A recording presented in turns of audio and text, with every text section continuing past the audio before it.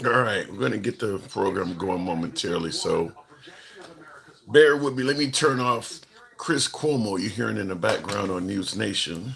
Get the time clock going. So give me a minute. We'll be on in a minute. All right. So I got to. We're going to be on Instagram. We're going to be on TikTok, and as you see now, you're on YouTube. Um, Simple program tonight. Simple program. Actually, normally we come on here, we're telling you there's been a whole bunch of news stories, usually under the Trump administration. Tonight's not like that.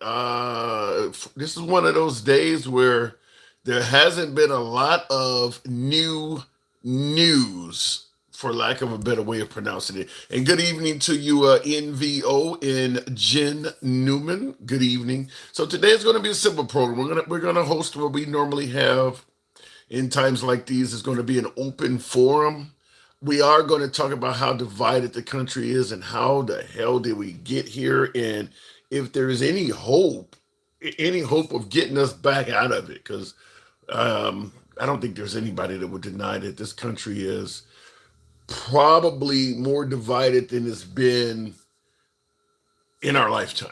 In our lifetime. Now, there's going to be people that'll point to where the division started at, and we'll simply talk about that. Did it start under Reagan, Bush, Obama, Biden? We'll talk about all of that. So, give me a moment to get the last stream up, and we'll be on momentarily here. So, but we're talking about also a government shutdown. Day one is coming to a conclusion. um, all I can say is thank God I don't work for the federal government. I really sympathize with anybody that is dealing with the shutdown and maybe not getting paid. The uncertainty that comes with not knowing when you're going to get paid again, certainly with the holidays coming up. And toss into the mix, President Trump is threatening to permanently fire people. So I'm sure that's not making anybody feel any better. But almost here. We'll go ahead and get the show going in a moment here. Just, I don't know, for lack of a better term, troubling times. I'll just say it that way. Troubling times. We certainly are living in a historic period that none of us will forget. I think we can forget the Biden administration pretty easy. I don't think we're going to forget the Trump administration, plural administrations. I think Biden's legacy will wash out. I don't think there's going to be a lot, 10, 20 years down the road, we're talking about from President Biden. But I think we'll be talking about Trump long after all of us are gone. Let me see. I want to make sure I get everything here going. We should be on momentarily here. And I'll go ahead and start that. If it does it, there we go. I think it's doing it. And having said that, I'll go ahead and start the live up now. We should be going in three, two, one. What up, folks? Once again, it is indeed your boy Tim, the handsome liberal. We're going to do a simple show tonight. This is one of the rare times where I can say there's not a lot of news. There's not a lot of news, but the news that we do have remains significant, and that is the government is shut down. This is the first full day of this. I believe they don't meet or convene again until Friday, so they will be shut down all tomorrow as well. Tomorrow's Thursday, so it won't be any progress really made on this tomorrow. So at best, it could be Friday. Real quick in the comments, Matthew Fallon says, "Is this in caps? Is this yet another anti-Trump podcast?" Well, let's hope not. Let's hope there's a bunch of really great accomplishments by President Trump that comes up that we can discuss. Let's hopefully maybe it'll be a pro-Trump podcast. Listen, at the end of the day, we call balls and strikes as we see them. I don't, I'm going to call a ball or a strike regardless of who's pitching, even if I'm related to the pitcher. I'm going to call a spade, no matter who's dealing the cards. So, if that makes it anti-Trump when the criticism is aimed at Trump, so be it, because that's exactly what they were saying when we were heavily critical of Biden during his presidency. There's nothing I can do about that. There's nothing I can do about that. I'm not going to mince words or bend opinions to suit whatever politician we may favor. That's why we always say we have an uncensored program. We don't block, ban, or censor anyone. So if you think I'm full of shit or I'm getting it wrong, that's where you come in. That's where your job is to come up on the program and you can correct anything anyone else says on this program, including yours truly. I'm not a know it all. I don't talk down to my guests. I make it clear I don't have all the answers and neither do you. That's the reason we set this program up so that we can all meet together, exchange some ideas, and hopefully, open up some minds. And in the meanwhile, we're going to talk some shit. So that's what we tend to do. So will it be another anti-Trump podcast? I don't know. Depends on what we discuss, but it will be MAGA friendly. It always will be MAGA friendly. Always will remain MAGA friendly. That's the way it's been ran from day one. That's the way it always will be ran. Real quick, I just wanted, before we continue on with the monologue and start taking callers and things like that, I do want to point out something because I often get this in the comments. I'm currently staring at 4 different devices. There's comments flying all over the damn place. They're not precisely angled. So there's 2 things I want to make sure you understand. Number one, because all 4 devices are comments are flying up, understand I don't dodge anybody's comments. Even when you're typing things like I think the host is full of shit or he has a crazy shaped head. I will address many of your comments, but because they're all flying all over the place, I don't get to see every comment. So never believe that the host is deliberately trying to ignore your comment. I'm just one man operating a whole bunch of shit at the same time, so sometimes I don't see it. So that's number one. Number two, because there's multiple cameras and they're angled different ways, I'm going to look blinder than Stevie Wonder. My eyes are going to be every fucking where. It might look like I'm talking to you, but not looking at you because there's multiple cameras. And some of the cameras, because of the way they're angled, may make me appear cross-eyed or if my head's on the top of my fucking head. So my eyes are on the top of my fucking head. So just understand those 2 things. It's not that I'm ignoring comments and it's not that I'm cross-eyed. It's just that shit is everywhere. That's how the program works. Anyway, I'm looking at the comments. Draco, a friend of the program, Draco says, I am just here to count the lies. Now, Draco is MAGA, always welcome on the program. So let's go ahead and get it started. Simple program tonight. It's going to be more of an open format, open forum type format where we're going to just have you guys, because I want to hear from you folks in regards to how you're feeling with the government being shut down. Why are we so divided? I don't think we're at a point anymore where we can pretend like we're not divided or it's just in your head. I think we all will acknowledge that we are a very divided country. And I'm going to ask the obvious question. How the hell did we get here? How the hell did we get here? How did we become so divided? What caused this?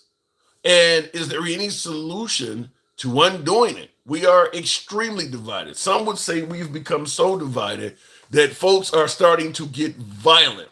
Folks are starting to get violent. You hear particularly our current commander-in-chief, President Trump, pointing out that, the radical left is, virtually every act of violence now. You're seeing President Trump get on TV and quickly say it's probably some left-wing radical. So I do want to ask you folks, how did we get here? How did we get so divided? And I see the comments. Miss Mobetta says it's okay to have eyes cocked like a pistol. Well, like I said, because I'm trying to look at each monitor so I can kind of catch some of the comments and things like that. So my eyes are going to be going every fucking where. I am literally a one-man band. Not to mention I got a monitor on behind me just in case news breaks I can discuss with you. And I got a computer in front of me that I have to occasionally look down at to also operate what you see. I mean, so I'm doing quite a bit. Not to mention the occasional sound effect. So I don't throw those in too much, but we do have that as well. So there's a lot going on. Anyway, that's not far off, says Jeremy. Good evening to you, Jeremy. Why is it the Democrats' fault? Please don't make peace. Wait a minute, let me read this. Let me get this comment and do it justice. Paul, you says, why is it Democrats' fault? Please, Don, make peace at home at least. Now, when you say Don, I'm assuming you're talking about the president. Are you talking about the president? Are you saying because how did we get so divided? I let us post some of your responses before we start taking calls. I want to see what you guys have to say in the comment section. What is your opinion on how do we get so divided? And by the way, when did it start? When did we get as because we haven't been this divided as we are now. So it had to start somewhere. How did we get so divided? When or where the hell did it start? Is there a certain incident that kicked it off?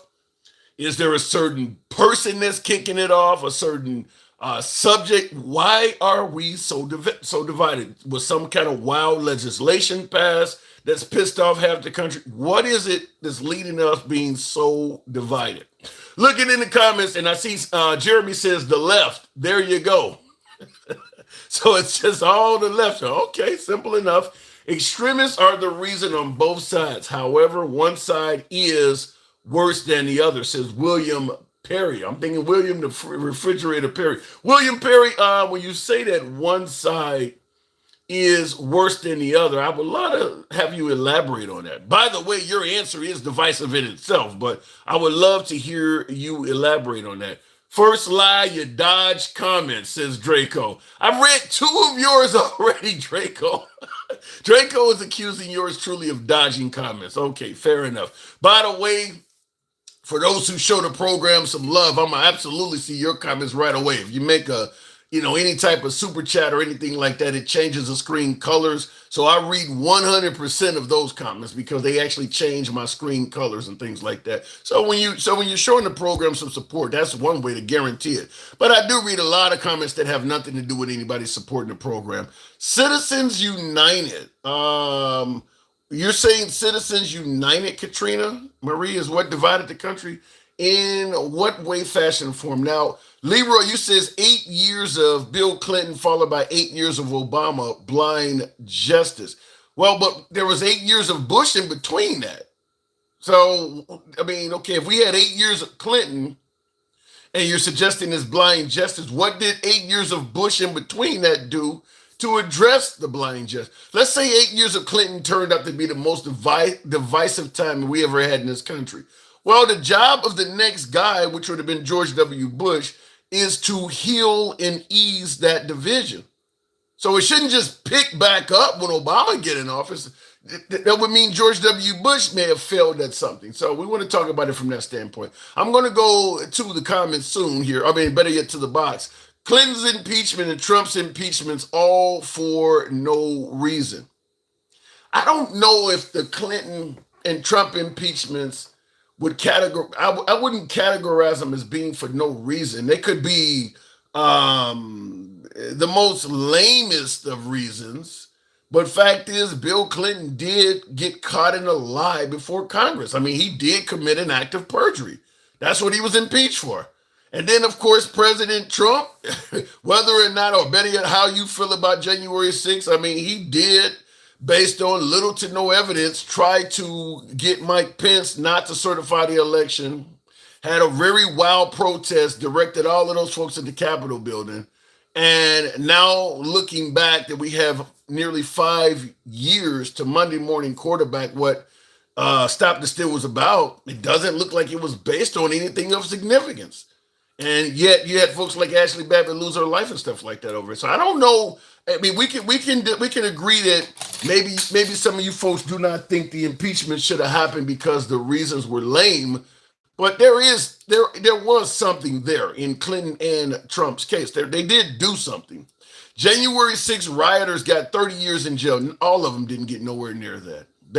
In fact, I don't know of any January 6th rioter. Even the head of the Oath Keepers and the head of the Proud Boys did not get. None of them got 30 years. I think you're overstating that significantly. And none of them got. I don't think a single protester got 30 years in jail. You're overstating that. Anyway, we'll go straight to the box. Open forum. How did we get here? Why are we so divided? Miss Mo Betta. Good evening. Welcome to the program, Miss Mo Betta. The internet exposed the lies of the legacy media. What do you mean by that? The internet exposed the lies of the internet sometimes presents its own lies in itself. Miss Mo Betta, good evening. Hang on a second. Hang on. I got my Bluetooth on, so I hear you coming out of an earpiece as opposed to the show. Okay, can you hear me now? Okay, much better. All right. So what were you Yeah. saying? I was saying don't repeat some of that shit, like, because that shit that Jeremy talking about, like the lies of legacy media. That Come on. Well, well, to Stop be blaming everything on the media. well, to be honest, the media does lie. Legacy media Yeah, lies. Right some of wing them do. media lies. Some of them do, but they make it seem like it's only the media lying. No, Now no. they'll get Trump up in front of a screen, and he'll lie. Every word that comes out of his mouth a lie. Guess what? They'll blame it on the media. So you Or said. blame it on somebody taking it out of context. So Like, you're come on. saying if President Trump says something that's not true, MAGA will say the media's at fault for that? They will blame it on the media. They've been doing it since he ran the first time. Wow. They demonize the media. Yeah, yeah. See, the thing about the media, and the thing is about the media, their job is not to tell the truth. It's to get it first. It's to be the first to come out Wait with a it. minute, wait a No, minute. no. I'm trying to tell you what I know and Give not me what I what you heard. got. Give It's me not what for you them. got. My job is not for you to get up here to actually tell you the truth. It's to get those ratings. No. Be exclusive. That's dangerous, though. And some of it be some of them be lies. No, Mr. Mobetta, That's just hold on, hang on. That is dangerous. If you are, if you're, it is hold on, dangerous. if you're only, I'm not saying that it's not dangerous. I didn't say that it wasn't dangerous. I I'm telling don't you buy what it that. is. I don't That's buy just that. like I don't buy that. you don't have to. You don't have to. But that's just like police officers are not taught the law. Yeah, you're telling They know me that the job of the media is not to tell the truth, it's solely to get ratings. I agree it is to get ratings. Hold on, hang on, be hang on. exclusive. I do, well, yeah, I do agree that they're trying to get the scoop on the story and be exclusive and they're trying to get ratings. But if you are deliberately, intentionally telling the public information that you know is false while you're telling it, to me, you're not doing your job. That, to me, you're failing at what you're doing. You Listen, shouldn't. I agree. I agree with that. I totally agree. But that's not what happened. Ask Fox News. Yeah, Bill. I Ask don't, Fox News. well, but It's here's the there. difference, though. It's evident. Here's It's the difference. evident. I'm not just making this up. Here's the difference, though. Fox News, at least in my opinion, CNN, maybe even so to this point as well, once they started putting on folks like what we're doing here, where we're debating and commentating, it shouldn't be called news anymore. At that point, it's just a entertainment program, kind of what they used Just to. dialogue. That's what they Yeah. used to defend Tucker Carlson with when he got caught up lying about, what did he lie about? I think it was the election fraud. So when Election, right? yeah, so they in court they said no, this is purely for entertainment. That's what a lot of these lying media outlets you're talking about. It should be called entertainment networks. It should. It should. And they should be held to a lot. But again, it's very selective. It's very selective. Like Fox News praised Trump. Yeah, CNN and everybody else does it. And guess what? The other ones are the bad guys, but Fox News are the ones who got hemmed up for lying. And the little $16 million that Trump sued had nothing. Is nothing compared to $750 million. yeah. Well, Fox News is the bad guy to the Sometimes liberals. bigger than others. Fox News is considered the bad guy to liberals, though. I mean, the right thinks Fox News is honest news, but the left does see Fox News the same way the right sees CNN. Well, see, this is what I'm saying. And that's why I said their thing is to get the ratings. It's not. I'm not here to tell you no truth, whether you want to believe it or not. My objective is to be exclusive. You heard it here first. Don't you hear that a lot when it comes to the media? You heard it here first. They got exclusive interviews, breaking news. Yeah. All of that stuff is to say I'm first at this. We got the information. Even I if would it's be not true. okay. I would be okay if I understand you. Since the beginning of news, you've always wanted to get the scoop and be the first one to break it. I get that. You want the ratings. I get that part. I would also be willing to accept putting folks on air that give opinions. Like there's a house fire and they go find somebody. What do you think happened? Somebody standing on the corner and they answer it. But when you get to the point where you have newscasters and reporters knowing that they are lying while they're telling the people, That to me should be stopped because that is dangerous. It's problematic. Yeah, yes, that's dangerous. It is. It is problematic. But when they say that they take away fact checking and all kinds of stuff like that, who's gonna hold them accountable? Yeah. How do you respond to your boy Jeremy in the comments though, saying exactly? He says legacy media. I hear you sighing. He says legacy media, which mostly left, lies all the time. See, that's why I say sometimes you can't listen. They all do it.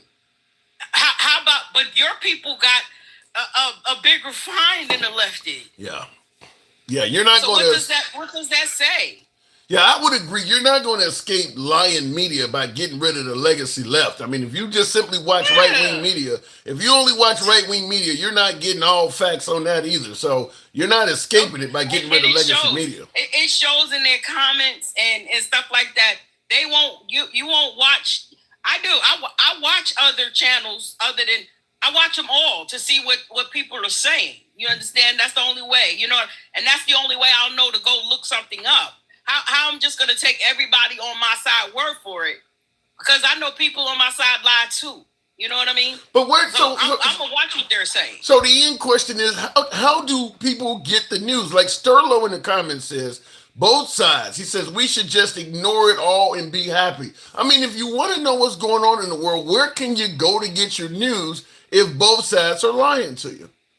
Well, see, now the thing is that the thing you have to do now is when you hear something, it doesn't matter where you get it from, is to go look it up. There's plenty of other websites other than just the mainstream media, or whatever. You don't have to come to social media or nothing. There's Google, there's Wikipedia, there's all kind of different avenues. And guess what? This is a newsflash. There's libraries that are still open too, folks. Well, I'm going to tell you so. I go to get the true information, and if it's something about the government, you go to the government sites. I'm just going to tell you. In my opinion, I don't even think that would solve things because if you don't like biased CNN or biased Fox News, and we do what you say, I'm going to go to the internet, Wikipedia, where that article may have been created by somebody who's a radical left or radical righty. So I'm going to go to the library where the books you get the authors. You may get a book by PragerU or something like that. No matter where you go get your information, even if you do your research, you're still probably getting it from somebody that's biased. And that's possible. I'm not disagreeing with that, but that doesn't mean that information is not true. True, yeah, that's true. Well, then you can just watch the news. It's not true. They could be totally biased. Well, then you can just watch the news and do that. I mean, like you said, it may be biased, but it might be true. But again, it takes you to go do some more research and do more digging. You have people that like information, that like looking up information and challenging what they heard. You have people, which I'm one of them. I'll sit down and I say, wait a minute, let me go see. And that's the glory of having more than one device. I put my phone down and, so there's too many other avenues out there to say that's just to stick with a lie. There's too many avenues. That means you're foolish and you don't want to hear the truth. Well, everybody don't always have the time to do deep dive research on every story. I get that. I get that part too because listen, when I'm working, I don't have time. You know what I mean? Yeah. And right now, I work for the government, but I'm considered an essential worker. So how do you feel now? I know you're not a Trump supporter. You're working for our government, which is headed by Trump. Do you feel is your job in jeopardy in any way? Well, right now my job is still open. We're still operating, and being that we are in a bargaining unit, we have 6 months. You union? For them in the union to decide whether they're going to say yes or no to anything when it comes to us. Have they tried to attack your union? No. Okay, because I know he's gotten rid of some federal employees. Their right to have a union he's gotten rid of. Yeah, no, they haven't bothered us. But they do have some other employees that office workers and stuff like that are furloughed. They furloughed them, but we're considered essentials because the scientists have 24-hour experiments going. So the lab has to continue running. So Now, when you that's say why they don't really have when you shutdown. get furloughed, is that laid off or is that fired? No, that's just laid off. Okay. So it's off that you have, a specific amount of time. But the thing is, with a shutdown, there's no time limit on a shutdown. This can go 30 days. This can go 90 days. This can go on and on. Now, President. But knowing how petty Trump is, he's going to be looking to fire people. Exactly. That's what I was going to say. President. Exactly. He's already promised to fire people. So yeah. He was doing it already. He was already fired. Right. How many jobs? Over 300,000 jobs has been lost under him when Doge was in running. But why? Okay. Now, we've had plenty of government shutdowns in the last couple decades, so it actually happens fairly often. But you don't normally hear of a president firing people. Normally, you have, if you're essential, you're still working, you don't get paid, you end up getting the back money when the government opens. But you don't normally hear. Why is he firing people though? Because when you deal with somebody who really has a low IQ and low moral, he doesn't care what happens to people. See, that's the difference in conservative and liberal. That they feel the liberals want to give out too much. But if you're talking about America first, why wouldn't you want your people to be able to sustain, or be able to be self-sufficient? I gotta get somebody from MAGA on here because I would like, just like you brought up America First. He don't know shit. he don't be knowing a damn thing.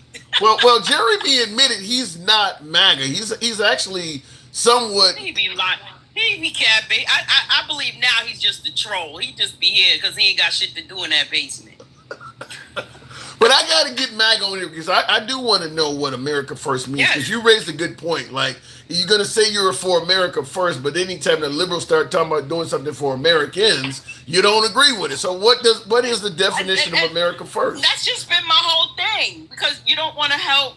You didn't want to help with student loans, and Biden did. You don't want to help people, first-time home buyers, and you want to cut out all of those programs. Now Trump talking about permanently getting rid of programs that people actually rely on. They took away funding for women in domestic situations. You took away funding for childhood cancer research. Like that is so not American. What America is he talking about? And I'm sorry, help me out. Help me out, Tim. I don't have an answer for you. I'm going to see if I can find one. I do got to move it on, but I don't have an answer for that. It's a great question. Yeah, no, help me out. Because Lord have mercy. I'll see what I can do. And no, I'm not intimidated by you, Jeremy. You give us a headache. It's like you get that mosquito buzzing in your ear. That shit just won't go away. That's you. You don't call them out so much. I may have to go to him next. Miss Mobetta? Okay. Always a pleasure. Thank you. Moving on with the program, by the way, I'm going to ask that you folks tap the screen. This is my first time doing it. Tap the screen if you happen to be watching on TikTok. Smash that like button if you're watching on YouTube. Congress plays blame game over shutdown. I happen to see on my big screen there Obama was speaking. Tap the screen, get the likes on up to about 15,000 THOU. You can make that happen if you let your thumbs not be lazy. This is an open forum, free speech program. We don't block, ban, or censor anyone. We go left of Bernie Sanders to I'm having dinner with Q. So everybody gets to speak on the program, and we always remain MAGA friendly. Jeremy is white bread. What the hell does that mean, freedom fighter? Better than the Biden hole. Give me a better solution and I'll listen. What is the Biden hole, Jordan? What is the definition of the Biden hole? This lady is what most people with half a brain is thinking. What did she say, Michael, what did you say to make you say that? Fun fact, why is Trump going to fund Argentina debt with our money? Simple answer, because he can. That's the way I'm going to start with. A lot of things that Trump does, the best answer to it is because he can. A lot of things he do, certainly if you lean left or maybe even happen to be independent, a lot of things he does may not make sense to you. Just so you could probably solve it by just simply saying because he can. But looking in the comments before we continue on, and tap the screen, get us on up to 15,000. The reason why she's half brain, because she used the word cap. Really? That's just slang for lying. Using slang words make you to the point. I don't really use the word. I know what it means though, but saying the person is capping, that means you got a half a brain, really? That's a pretty low bar to have half a brain. You know exactly what it is. Wait a minute. You know, okay, Ethan. You could have helped me out, Ethan, with as much as you could type by actually clearing it up. But he says you know exactly what the answer is. You know, don't sound silly. No, I don't know. That's why I'm asking you. She's saying that he's cutting services needy people need. How Christian? I don't get the Christianity thing. And that's the reason why. And I'll go to the box next. Tap the screen, get us up to 15,000. I don't get that part. Is that the right tends to be far more evangelical, far more Christian based than the left does, and my viewer is right. The right is real big at cutting out programs for the needy. I would need somebody to explain that to me because it doesn't, on the surface, appear to be very Christian like. I mean, I grew up, in church every Sunday and going to Bible school every year. You had asked me when I was a young man what I want to be when I grew up. I would have said a pastor. I really wanted to be a pastor. And as I've gotten older, I don't see the Christianity in a lot of things we do in this country, left and right. But certainly cutting all of the social programs like you're seeing on the right while claiming that you're God-fearing Christians, let me know what I'm getting wrong. Maybe I'm taking that out of context, as many folks often say. Let me know how you can be Christian and constantly do less and less for the downtrodden among us. I just don't understand it. Anyway, going back to the box, and thank you for sharing the live there, Unspoken Truth, I believe it is. We'll go to one of my subscribers, Jeremy. Good evening, Jeremy. Now, you get called out, so I had to go to you next. Good evening. Hello, Tim. I love the new haircut. I have a new haircut? I'm just messing with you. Okay. Had the same haircut since I was in my late 20s. Aerodynamic. Nice. It's aerodynamic. Aerodynamic. So we are. I seen you in the comments, so I'm going to take it right to that area where you were discussing. We are divided as hell. How did we get here? Thank you for that TikTok cap, Carlton. Help your boy get the goal. Carl Hamilton, thank you for that TikTok cap. But how did we get here, Jeremy? Why are we so divided as a nation? Well, there's a few different reasons. Now, here's the thing. We've had moments where we've been more divided and less divided over the years, like the hippie movement and like the Vietnam War, things like that. But we're more divided than ever. I think it's partially because of our phones. I think it's because so here's something that we know. When it comes to childhood development and it comes to even adult relationships, face-to-face interaction helps do things like build empathy. It helps build a certain amount of cohesion, and to people are less and less as connected than they were before. And so what happens? Well, you go into echo chambers. You go to where and this is something that the right and the left are both guilty of. So you go where you feel welcome and you feel like people agree with you because you want to go there. I agree with you, but I don't think you have to. Listen, I got an actual name that says liberal. Yet I'm welcoming MAGA lives and MAGA social media. Anytime a lot of people from MAGA all over the damn place know who I am, invite me in all the time. So I don't think you have to just go to your own corner. I think if you talk right, you could talk to everybody. Yeah, but what's the path of least resistance? Yeah, I get your point. I mean, you're not really gaining anything doing that. Not to mention you may be getting lied to if you only listen to your side. Right, it's not a good thing. It's definitely not a good thing to just go with only your side because you're not going to get the full story. You see, everybody lies. And actually, if you want a good app to use, there's a news app called Ground News. They're a company that isn't like a news reporting app themselves. What they do is instead they aggregate other people's news, and they show people different. They show people different stories, the same story from different, covered by different angles, and they show you like who's covering them. They can show media bias. They can show a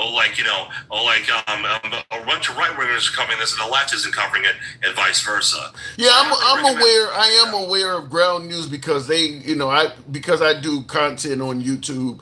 I often get some of these people asking me if I'll do a collab with them and advertise for them. Ground News is one of those agencies that contacted me, so I have looked them up and I do know what they do, and I like what you're talking about, where they do a compilation of all sorts of different links and sites, and they'll tell you if this site links left. They'll tell you what the right is focusing on, what the left is focusing on. But that does take, just like what I was telling the last guest, Mr. Mobetta, that takes a lot of work. Some people just want to hear the news. They don't want to have to research every damn thing they hear. Yeah. Well, here's the thing. You're always going to have to make that trade-off. Either you want to be well-informed, so it takes a little bit more work on your part, or you want to be informed fast, which doesn't take nearly as much effort. You can get things as much faster. And that's a trade-off we on both sides have to be willing to sometimes make. I say, like, when it comes to the things that matter to us the most when it comes to the news, that is probably something where we have to put a little bit more effort in. And the things that are not so important, maybe we could just hear click a little snip, because we might not be as invested in them. Yeah. But we have to know that we're more blind to what could be going on. I think that's a fair trade-off. And so it's also the only trade-off. You believe it is indeed the media, our phones, our social media assets that's making us so divided?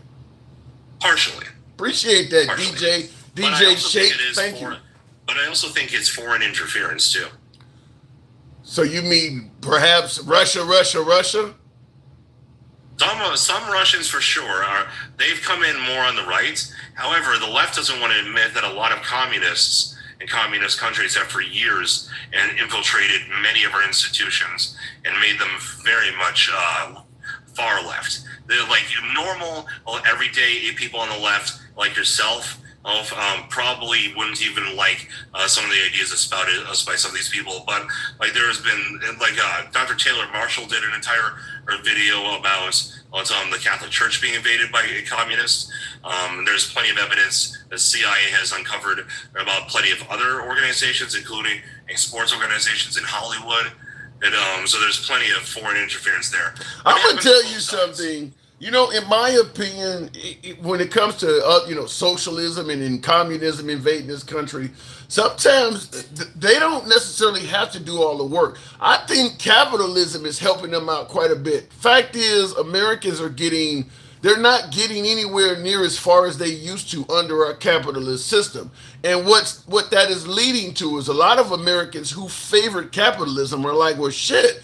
If this is capitalism and I can't afford to even pay my rent, I got to work 3 jobs, I don't have any health care, damn, I'd rather try that socialism shit. That's what I think is happening, is that the capitalists that lead this country, I guess I'll say corporate greed or whatever you want to call it, but the greed at the top has gotten so great that folks don't get as far doing what our parents used to do to survive under the capitalist system. They're just not getting as far. That's why those other systems are starting to look enticing. There's some truth to that. What oftentimes happens is monopolies are oftentimes formed, and government actually gets bribed, which is what lobbying is. Let's be honest, what lobbying is. It's legalized bribery. Yeah. You get lobbied to actually favor the big boys, and one of the ways they favor the big boys is actually putting in garbage regulations that don't actually help anything or prevent any real crimes, because smaller companies can't afford the cost, but the big boys can, and then they screw over the competition. It's rigging the system in favor of a few. Rather than... Yeah, but I don't even think it's just that. I think it's stuff like, when our parents came up, you could come straight out of high school and get a job in the trades. There were unions everywhere. Certainly in the northern states, unions pay a lot more.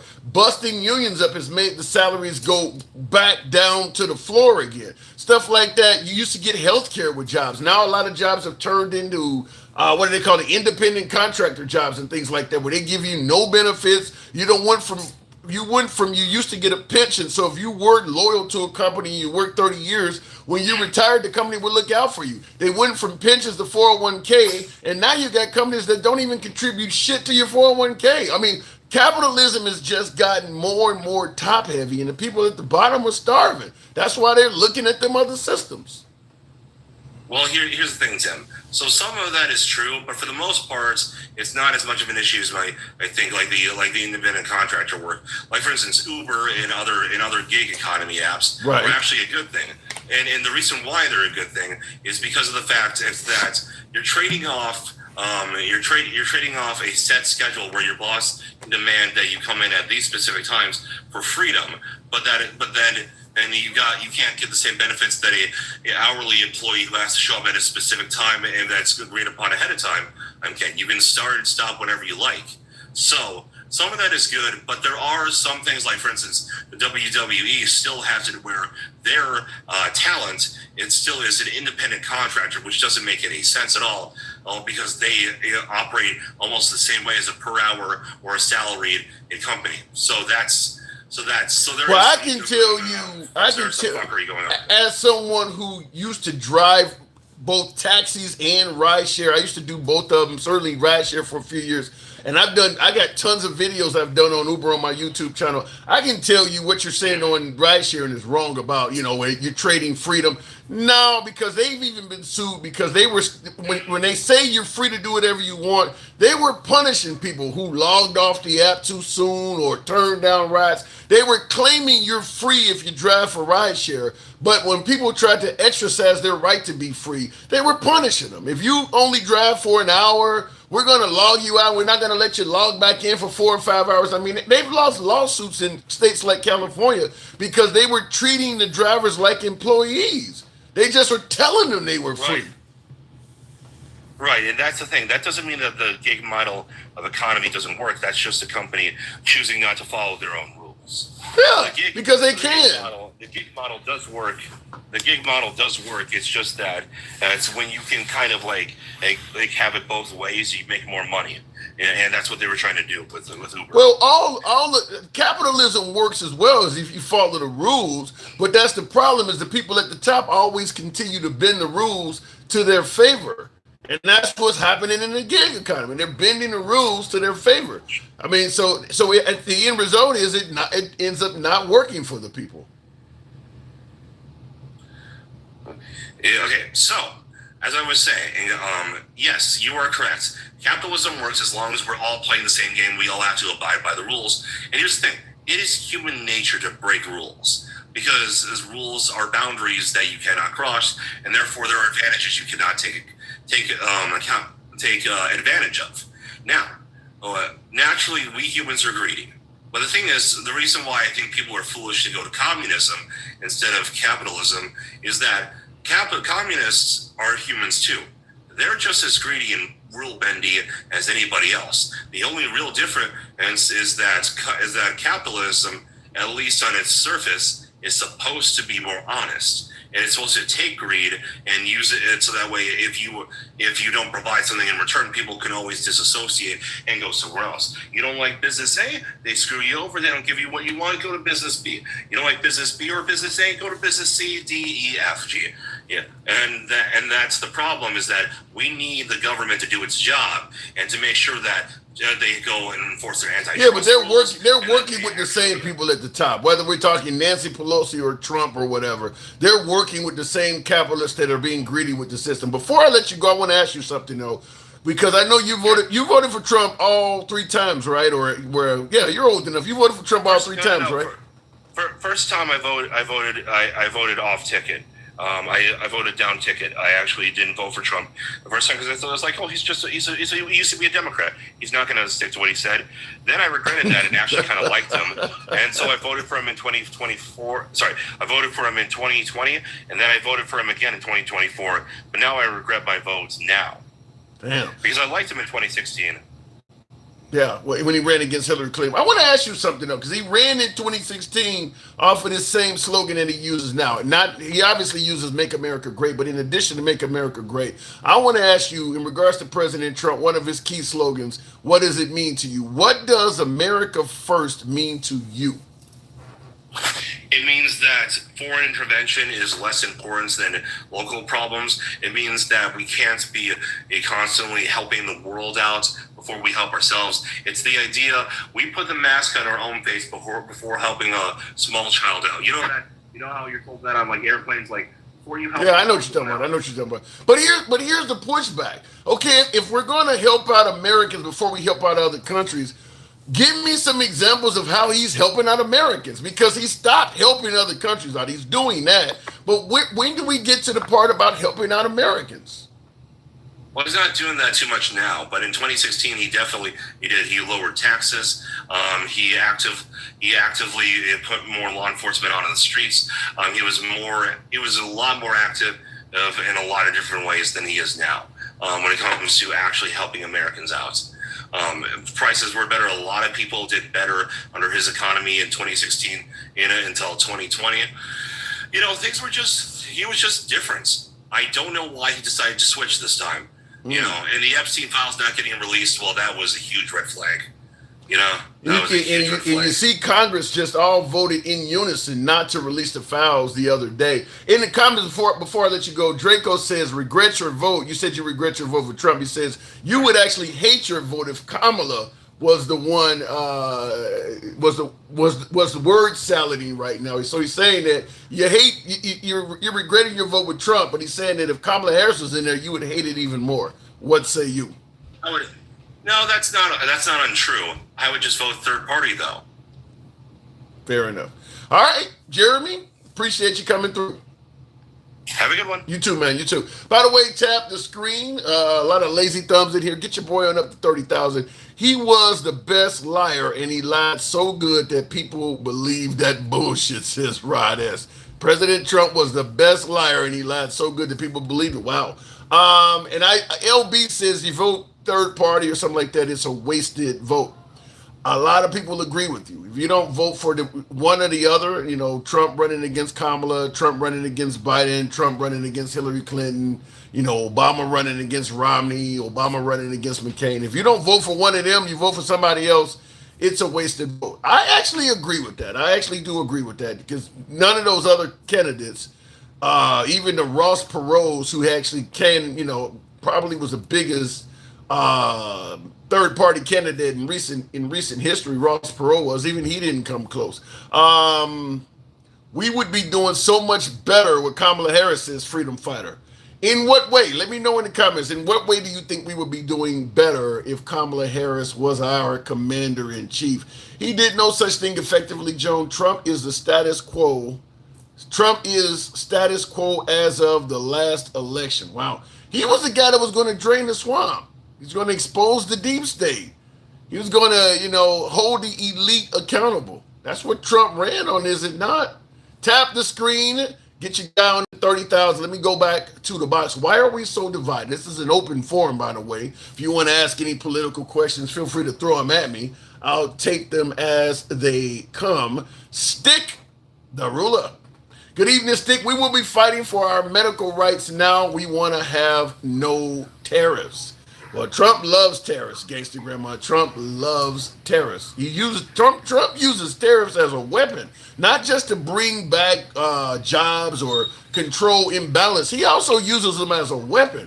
Stick, good evening. Hey, what's going on, Tim? Not much at all. Just asking a simple question. Why the hell are we so divided? How did we get here? Well, we got here because the same president that gets on TV and before we know any information about certain mass pew-pewings, he says it's the left. He is doing that. I mean, he has the biggest loudspeaker in the sense that not only is he in our living room, he's in every living room in the world. That is true. So that's the divide right there. A lot of people will say it was Obama, but only because of his skin. It wasn't he did anything. It was everybody else seen that he was a intelligent black man, well spoken, and just hated on him. But folks will bring up. Well, folks will rightfully point out, even with Obama being the first black president, there's no way he would have got that position without so many white people supporting him. But you're saying that even though Obama got a lot of white voters to support him, you're saying that there was still a hell of a lot of racism orbited around him? Yeah, I mean, even with him supposedly being the first black president, I mean, me personally, I would just go ask who John Hanson is first before you say that, and then do more research and find out that not only was George Washington not the first president, he was maybe like the 8th. And Well, a black man was the first. Yeah, I heard somebody else say this before. Now you're telling me, because we officially attribute the first president of the United States as being George Washington. You're saying he was like the 8th president?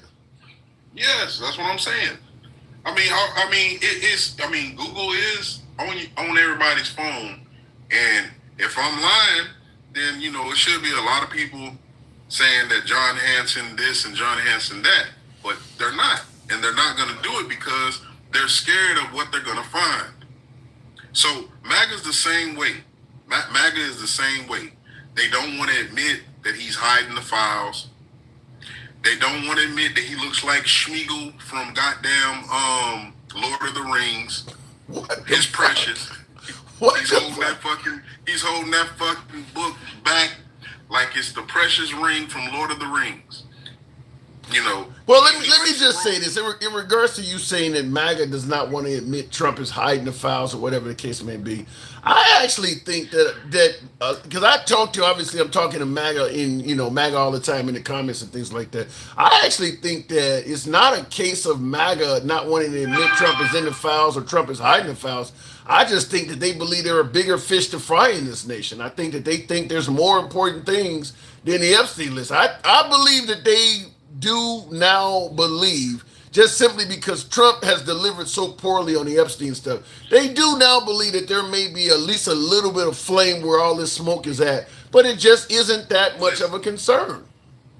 Listen, it is a concern. That's why all of this other bullshit is going on. That's why he's attacking Venezuelan boats. That's why they're coming out with the story about in his first presidency how he unalived a lot of fishermen. But wait a minute. Hold on. If it's that important, you just had Congress. And by the way, for folks who are saying, how do you call in? Go to the Handsome Liberal on Instagram or the Handsome Liberal on TikTok. We'll bring you right up. That's how you actually get on live on Instagram or TikTok. But you're saying it does matter. When you got Congress unanimously voting to keep the files, from being released, if it was a big concern with MAGA, they would be bitching in droves about that. They're not saying anything about it, so they don't care. Well. When one of your loudmouths he ends up talking out the side of his neck. That's gonna make a lot of people shut up. You had Kash Patel before he became the FBI director. Oh, I'm gonna release the files. If they put me up there, I'm gonna do this. The Nas ass is just up there with some big cocaine eyes. Yeah, that's all he got. He bugged out. He like it raw too. Oh my God! But let me ask you honestly: do you think that MAGA is genuinely concerned about having the Epstein files, all of that information released? Do you think that is a priority for MAGA? I believe it once was. Yeah. When they thought it was the liberals, when they thought it was the Democrats, when they thought it was Hillary Clinton supposedly for TikTok purposes, eating kids and all this other dumb shit. They believed that fucking Elvis was coming back. They believe in Santa Claus and the Easter Bunny and Cupid and all this other fuck shit. So yeah, I mean, these are the people that believe the dumb shit. So if you believe the dumb shit, and then you find out, oh shit, it's our Lord and Savior that's on that list, you're gonna run. Yeah, but and I something, I can't I can't totally disagree with you on that because I remember holding shows when everybody was talking about Tom Hanks and Oprah Winfrey and Will Smith were on the list, and they really wanted the information off of that list at that time. However, in defense of MAGA, the liberals didn't give a shit about that list when Biden was president. So once Trump became president, the interest in the Epstein list completely flipped. All of a sudden, now the Democrats are eager to get it, and the Republicans suddenly don't care much about it. I mean, it actually flipped. Well, just like the parties did. But this thing, when the parties flipped, one party went total race. The other party said, hey, y'all come over here, we'll play with you a little bit. You know what I'm saying? Give you a little something. They ain't giving you shit. What do you mean they went total racist? What are you saying? They went total racist. They went from being on Abraham Lincoln's side, even though he really didn't want to, free the slaves, but they did that. And I'll give those Republicans, those progressives back then credit. Just like you would say when Donald Trump came in office the first time, he gets credit because he didn't fuck shit up. Yeah. Even though he had a fucking golden goose, it still ended up being horrible because of all the decisions that he made, the messed up decisions that he made. So he still ended up fucking up the golden goose. I mean, actually, I guess the issue probably is more of Trump, causing a lot of rift with the trolling in his mouth. But take that away. In his first term, he actually has some big accomplishments. Operation Warp Speed is a historically large accomplishment. Some would attribute that for saving millions of lives. That came by way of Trump. Okay, so now this is where it gets tricky, right?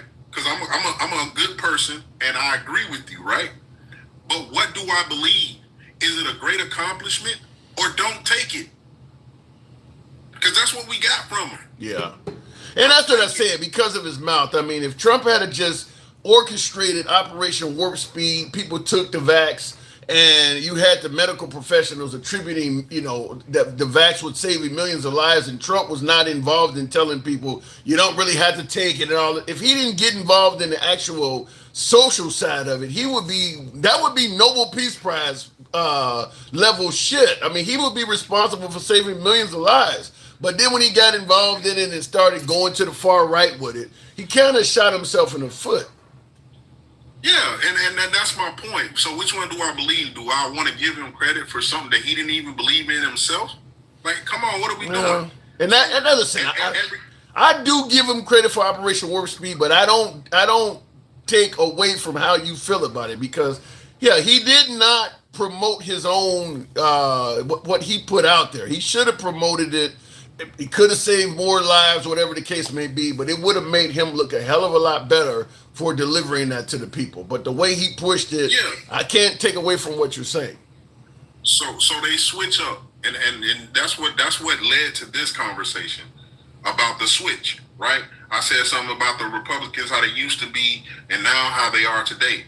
How they are today, that all they do is turn on the TV or go on X or go on Fox, which is TV, and they hear them say what they say because they listen to Trump, and then they repeat what Trump says. It seems like everybody's fucking gargling semen. Like, oh my God. But okay, how about this? Here is what could be a huge accomplishment going forward from President Trump. Coming by way of James Henry in the comments. He says, Trump RX, Trump prescriptions. Trump RX is about to lower medication prices all across the country. That part. What about that? What is 1,000%, huh? He about to lower it 1,000%, 1,500%. What we doing? Did he say that? Did he say 1,000%? Yeah, he said 1,500%. I'm about to lower 800%, 1,500%. He was just throwing shit out. I mean, when is it free? 1,500%. I mean, you paying me to get this damn drug? What are we doing? Well, let me defend Trump by simply saying, don't pay attention to the numbers. Anytime Trump is required to give you numbers, if those numbers can be exaggerated to strengthen his cause, expect the numbers to be exaggerated. His height and weight for a mugshot, how much money he's worth, how big was his inauguration, how many votes he won by. He likes to exaggerate. We already know that. Well, this is the thing that I need you to MAGA whisper to him.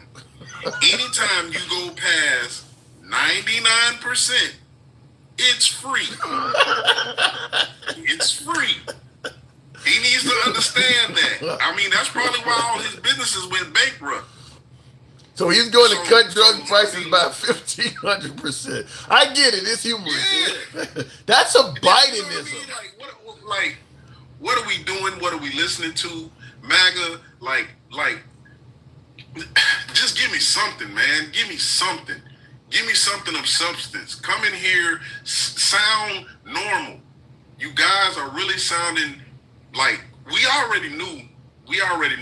Not everybody, but majority of y'all, MAGA, y'all some weirdos, man. Y'all crash sites like Grindr when y'all come in town. Like, it's just one of those things, MAGA. Y'all got to stop it. Just stop it. Right now, everybody in MAGA reminds me of like Peter Griffin. How so? They do. Because they're fat, sloppy. No. Blue collar. No. Man, listen.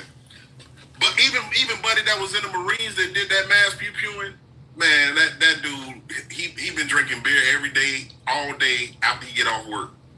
Every day, all day. I think you just got hatred to it. For the scene. He had to do what he did the way he did it because he couldn't run from the scene. I think you just got blind hatred towards MAGA. I mean, some of that's funny, I got a big beard. I do. I got a big beard, right? Okay. But it's manicured and well kept. Okay. He just got a big beard. I mean, it's got probably sticks in it, a bird in it. Like, really. Oh my God. Like, really. I'm just saying, just MAGA, y'all gotta tighten up, man. Like, I get it. Y'all want to point the finger. Y'all really do sound like Kirk 2.15, whatever you want to call it. But come on, y'all, like, tighten up. See that y'all look like idiots right now. Y'all sound like no, they look like winners. I mean, MAGA is winning right now. No. Mike Johnson got up there and said that the reason why we can't pass a bill is because of the Democrats, when we're not the majority. That's number one. Number two, the reason he said that they couldn't pass the bill because the Democrats were trying to give health care to immigrants and or the undocumented. So then we already know if you're smart and you went to school and you graduated, you should know that they don't qualify because they don't have the paperwork to even try to qualify. Yeah, I've been hearing news stories. I've been hearing all over the news today from various sources that claim that the Democrats are fighting to give health care to illegal immigrants is false. There's a federal law that says you can't even do that. You know what I think it is? I don't think it's that the Democrats are fighting to give health care to illegal immigrants. I think what they're talking about is emergency care. Let's say somebody's in this country illegally, undocumented, and they get shot or get hit by a bus or something, and they go to the ER. The law requires you stabilize and treat that person. I think there's some MAGA that don't want to do that. I mean, if you're here illegally, you should. No, don't say that, Tim, because they pro-life. That's not true. Well, they want those immigrants saved. They want those babies saved. They don't want them like in cages.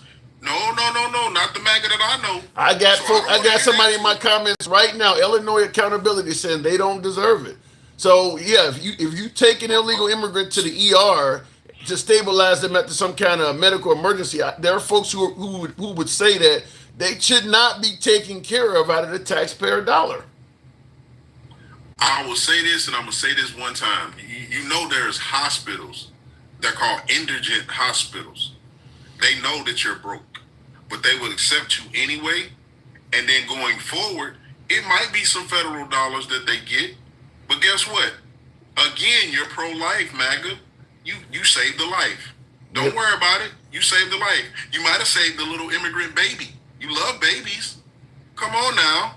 It's for the kids, man, the kids. I don't think they see it that way. Like Sterlo says in the comments, I say they should not be here in the first place. So there you go. I gotta move it on, but yeah, I don't think they want that ER stabilization because that's law. By law, if you go to the ER with a medical emergency, they have to stabilize you whether you have insurance or not. They don't want that because it is taxpayer Hey, covered. Go ahead, last word.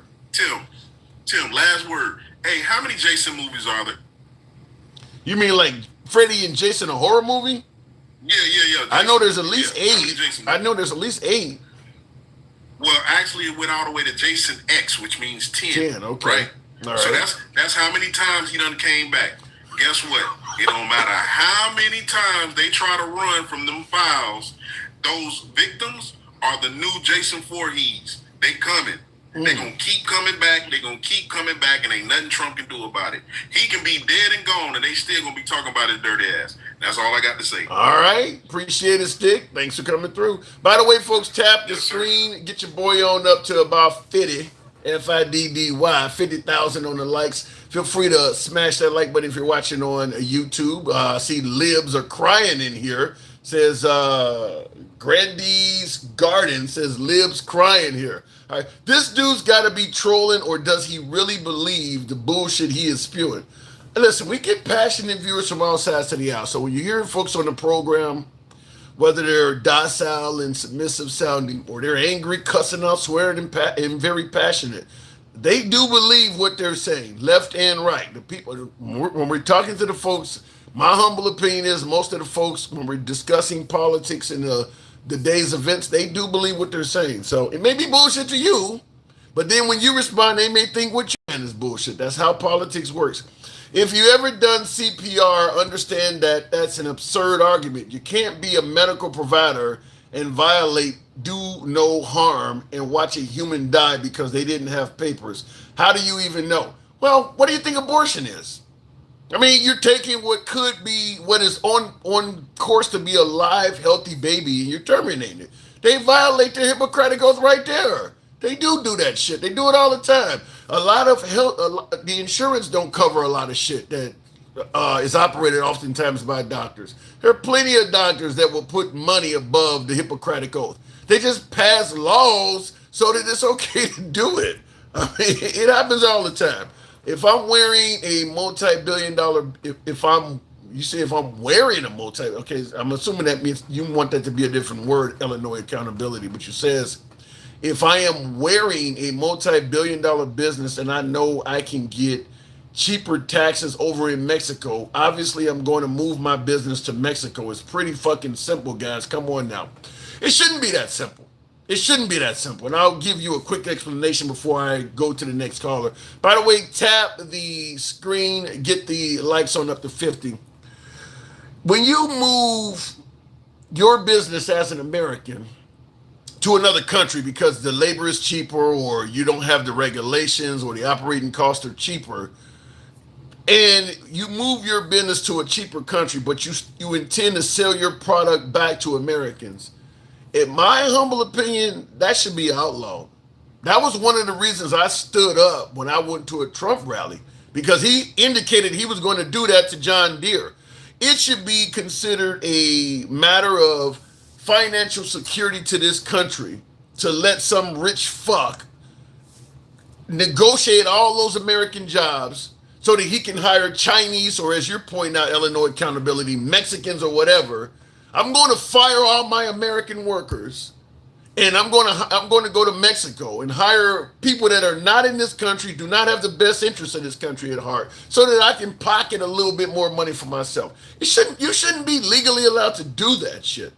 Period. Do you think that if we could put Chevys or Fords or Buicks on the streets of China for cheaper than what their cars cost, you think they would let us do that? You think they would let us flood their streets with American products like that? That is a matter of financial security. That is a matter of financial security to that nation. We're greedy in this country. That's one of the products of capitalism, is that we will sell out even our own people if it'll put a little bit more money in our pocket. That should not be allowed. It just simply should not be allowed to do that.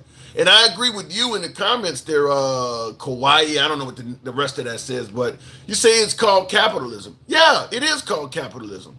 But if you don't put some sort of rules and boundaries on capitalism, the shit will get out of hand. You don't just let people capitalize off of any fucking opportunity. I mean, let's be clear. If you really wanted to have unfettered capitalism, if you dial 911 because you needed help, the police should be able to come to your house and itemize and charge you a la carte for everything they did. When we showed up, you had a burglar here. So we had to call 3 more cars. Each one of those cars, we have to add another $1,000 for 3 more responding cars. In the process, we ended up shooting the offender.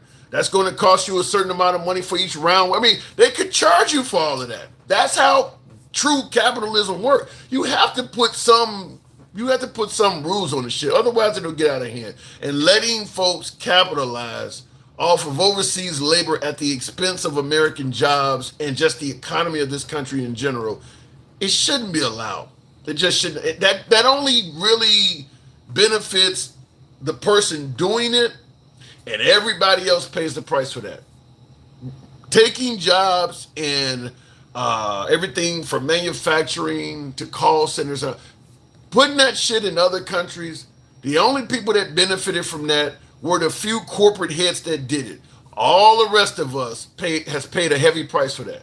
The salaries that we make now went down, the benefits, all of that. We've paid a heavy price for that. That shouldn't be allowed. It just should not be allowed. Like I said, that's one of the things Trump indicated he was going to do when I was at one of his rallies a few years back, and I stood up and applauded.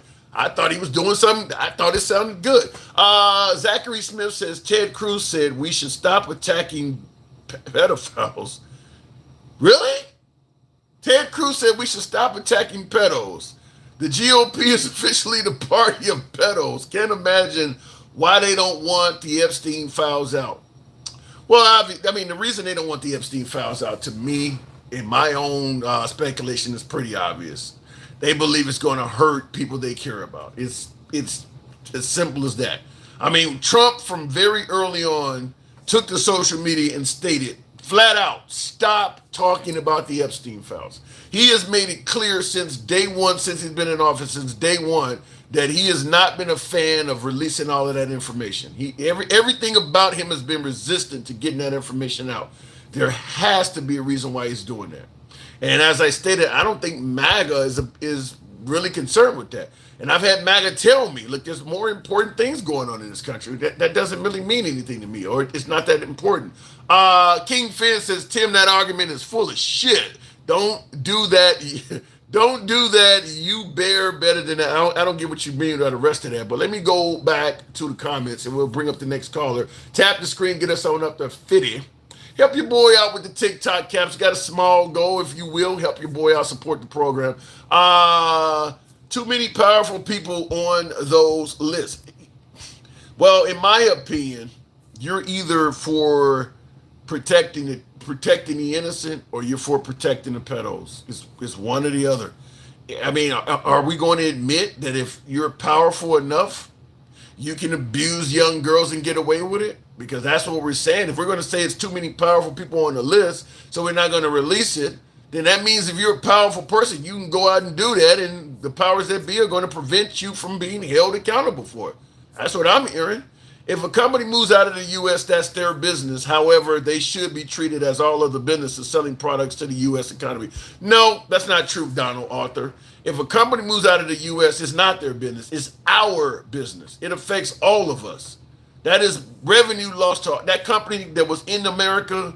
It hires Americans. It pays American taxes, all of that. When that company moves out of the country, America loses all of that. But yet that person that runs that company still wants to be entitled to all the same protections and provisions of an American citizen, even though what he is primarily doing is helping out another country now. I don't think it should be legal. I don't think it should be legal. And obviously, my mindset on this is in the minority. Most folks agree with what you're saying, is that it should be their business. But to me, what you're doing is hurting the country. Igor says, rest in peace him. I don't know about all that. Let me go back to the box. Damn. User 806. I don't know about all that. That's a bit harsh. Are wealthy people too pretty for prison? Well, some of them have. What was the kid that ran over and killed a couple people, and they said he had affluenza or something like that, and he got off. He was used to being wealthy. My last viewer came up and went down. We'll continue on with Against the Grandma. Grandy's, I don't see how the Dems would collapse when it's the GOP stopping them from being released. It's definitely the GOP at this point. Gangsta. You stay dripping. You stay dripping, you fat fuck. You know how to say hello in the best of ways, don't you? No, I do not, because I don't like fucking little assholes like you, like cupcaking to the white man. I go fucking figure, dude. Go fucking figure. And don't ever think I want to respect your ass no more. I'm not. I'm done. Okay, give me an example of how I am quote unquote cupcaking to the white man. Because Tim, you over cupcaking. You over here saying, well, you know what? Let me tell you something. We were better off under Biden. Biden was bringing jobs back, okay? But this fat fuck in office, what did he go do? What did he go do? The white woman called the damn ICE agents on Koreans. Just fucked over Hyundai. Just fucked them all over. Well, with him getting those Koreans deported, is it possible that Americans could take those jobs? Tim, are you fucking ignorant? I'm asking. Are you fucking ignorant, Tim? I'm asking. Tim.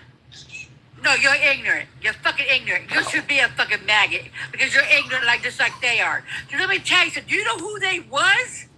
They was engineers. They was coming over here, building the damn plant, teaching the dum-dums, the maggots and shit, how to do it. And they was going back. Okay. But you know, the white woman had to say, oh my God, they're taking our jobs. Oh, cry me a fucking white tea river. And guess what? They want to pull out. I will say, not based on what you just told me, I was ignorant on that. I did not know that's what was going on when they got deported. I was ignorant on that. Wow. Because you're cupcaking to the white man. This has nothing to do about white men. What are you talking about? Yes, you do. Yes, you do. You cupcake to the fucking maggots. Man, you be kissing that ass. Like, damn, your lips are white. What the fuck? What am I doing that's making you say that? Because you're a cupcake. You're a fluffing ass ninja. You be over here. Oh, I stood up and I said, oh, he's going to bring back the damn jobs. Let me tell you something, Riri. He never brought jobs back here. He always took them away. You do. Okay? You do his realize. First time, you do realize. His first time. You do. His first time, people left. Apple left. Everybody, two other companies left. Okay? They're never coming back. John Deere this time is gone. They fucked over Hyundai that Biden brought in. You do realize Trump has been in office for less than a year. You got to get a man time. Oh, shut the fuck up. I'm giving a man fucking time. I have time to fuck you in your ass. How about that? Well, I'm not even a year in. We're in a shutdown because you have fucking oxymorons on the right side. Oh, they're giving ACA to the fucking immigrants. Oh my God, they are. No, bitch. They're trying to take your shit from you. Riri's. Now you're saying that we were better off under Biden. If we sure fucking was. We sure fucking was. We didn't have to worry about our shit being taken. We didn't have to worry about getting pew-pew by the white man. How many... Jesus Christ, this past weekend, they've gone buy fucking Polar. What the hell's going to put the damn white people? They're losing their fucking minds. According to Trump, that's the radical left doing that. Oh, my God. Why has it got so quiet, huh, bitch? Why has it got so quiet, huh? Oh my God, all of them were fucking maggots this weekend. Every single pew period was a white person. Yeah, but they could be liberal candidates. Yeah, it's black on black though, right? Get the fuck out of here. Trump said it's the radical left doing all that. Oh, well, you know what? Trump says a lot of shit. Trump fucks his own mama, okay? What the hell? He wants to fuck his own daughter, okay? If it was, let me tell you, okay? You're so up his ass and sucking on his cock, he wants to fuck his own daughter. Okay, he did make some interesting statements about if it wasn't his daughter, Yeah, he would be he dating her. did. Yeah. Shut the fuck up, Maybe man. maybe it was just a joke. You're taking that out of context. You really think that? Who in the name of God would joke about fucking your daughter, Tim? I Go don't fuck your know. daughter. Are you a joke about you fucking your daughter? You think that's all funny? Get the fuck out of here. Yeah, I can't speak on that. And by the way, Illinois accountability. If you have Instagram or you have the TikTok app, we're on those apps. The Handsome Liberal, the same name across all platforms. Come on one of those apps, Do we'll you know bring you how right up. stupid? Dude, you know how stupid the maggots are? Do you know how fucking pathetic and stupid and how much they're sucking on this white man's cock? Do you know how stupid they are? They really believe that the undocumented immigrant is on ACA when they don't even have a social security number. What are They're you? fucking their own asses over. They voted against their own asses. And you know what the funniest part about this shit is? They're taking their food stamps away, their insurance the fuck away, and then turning around and giving Argentina fucking money. Yeah, I thought we was America first, dumb fucks. yeah. I guess I would. Let me ask you now. Obviously, you're not MAGA. What does America first mean to you? Oh, well, we're never going to be America first because we're not going to be white. Okay?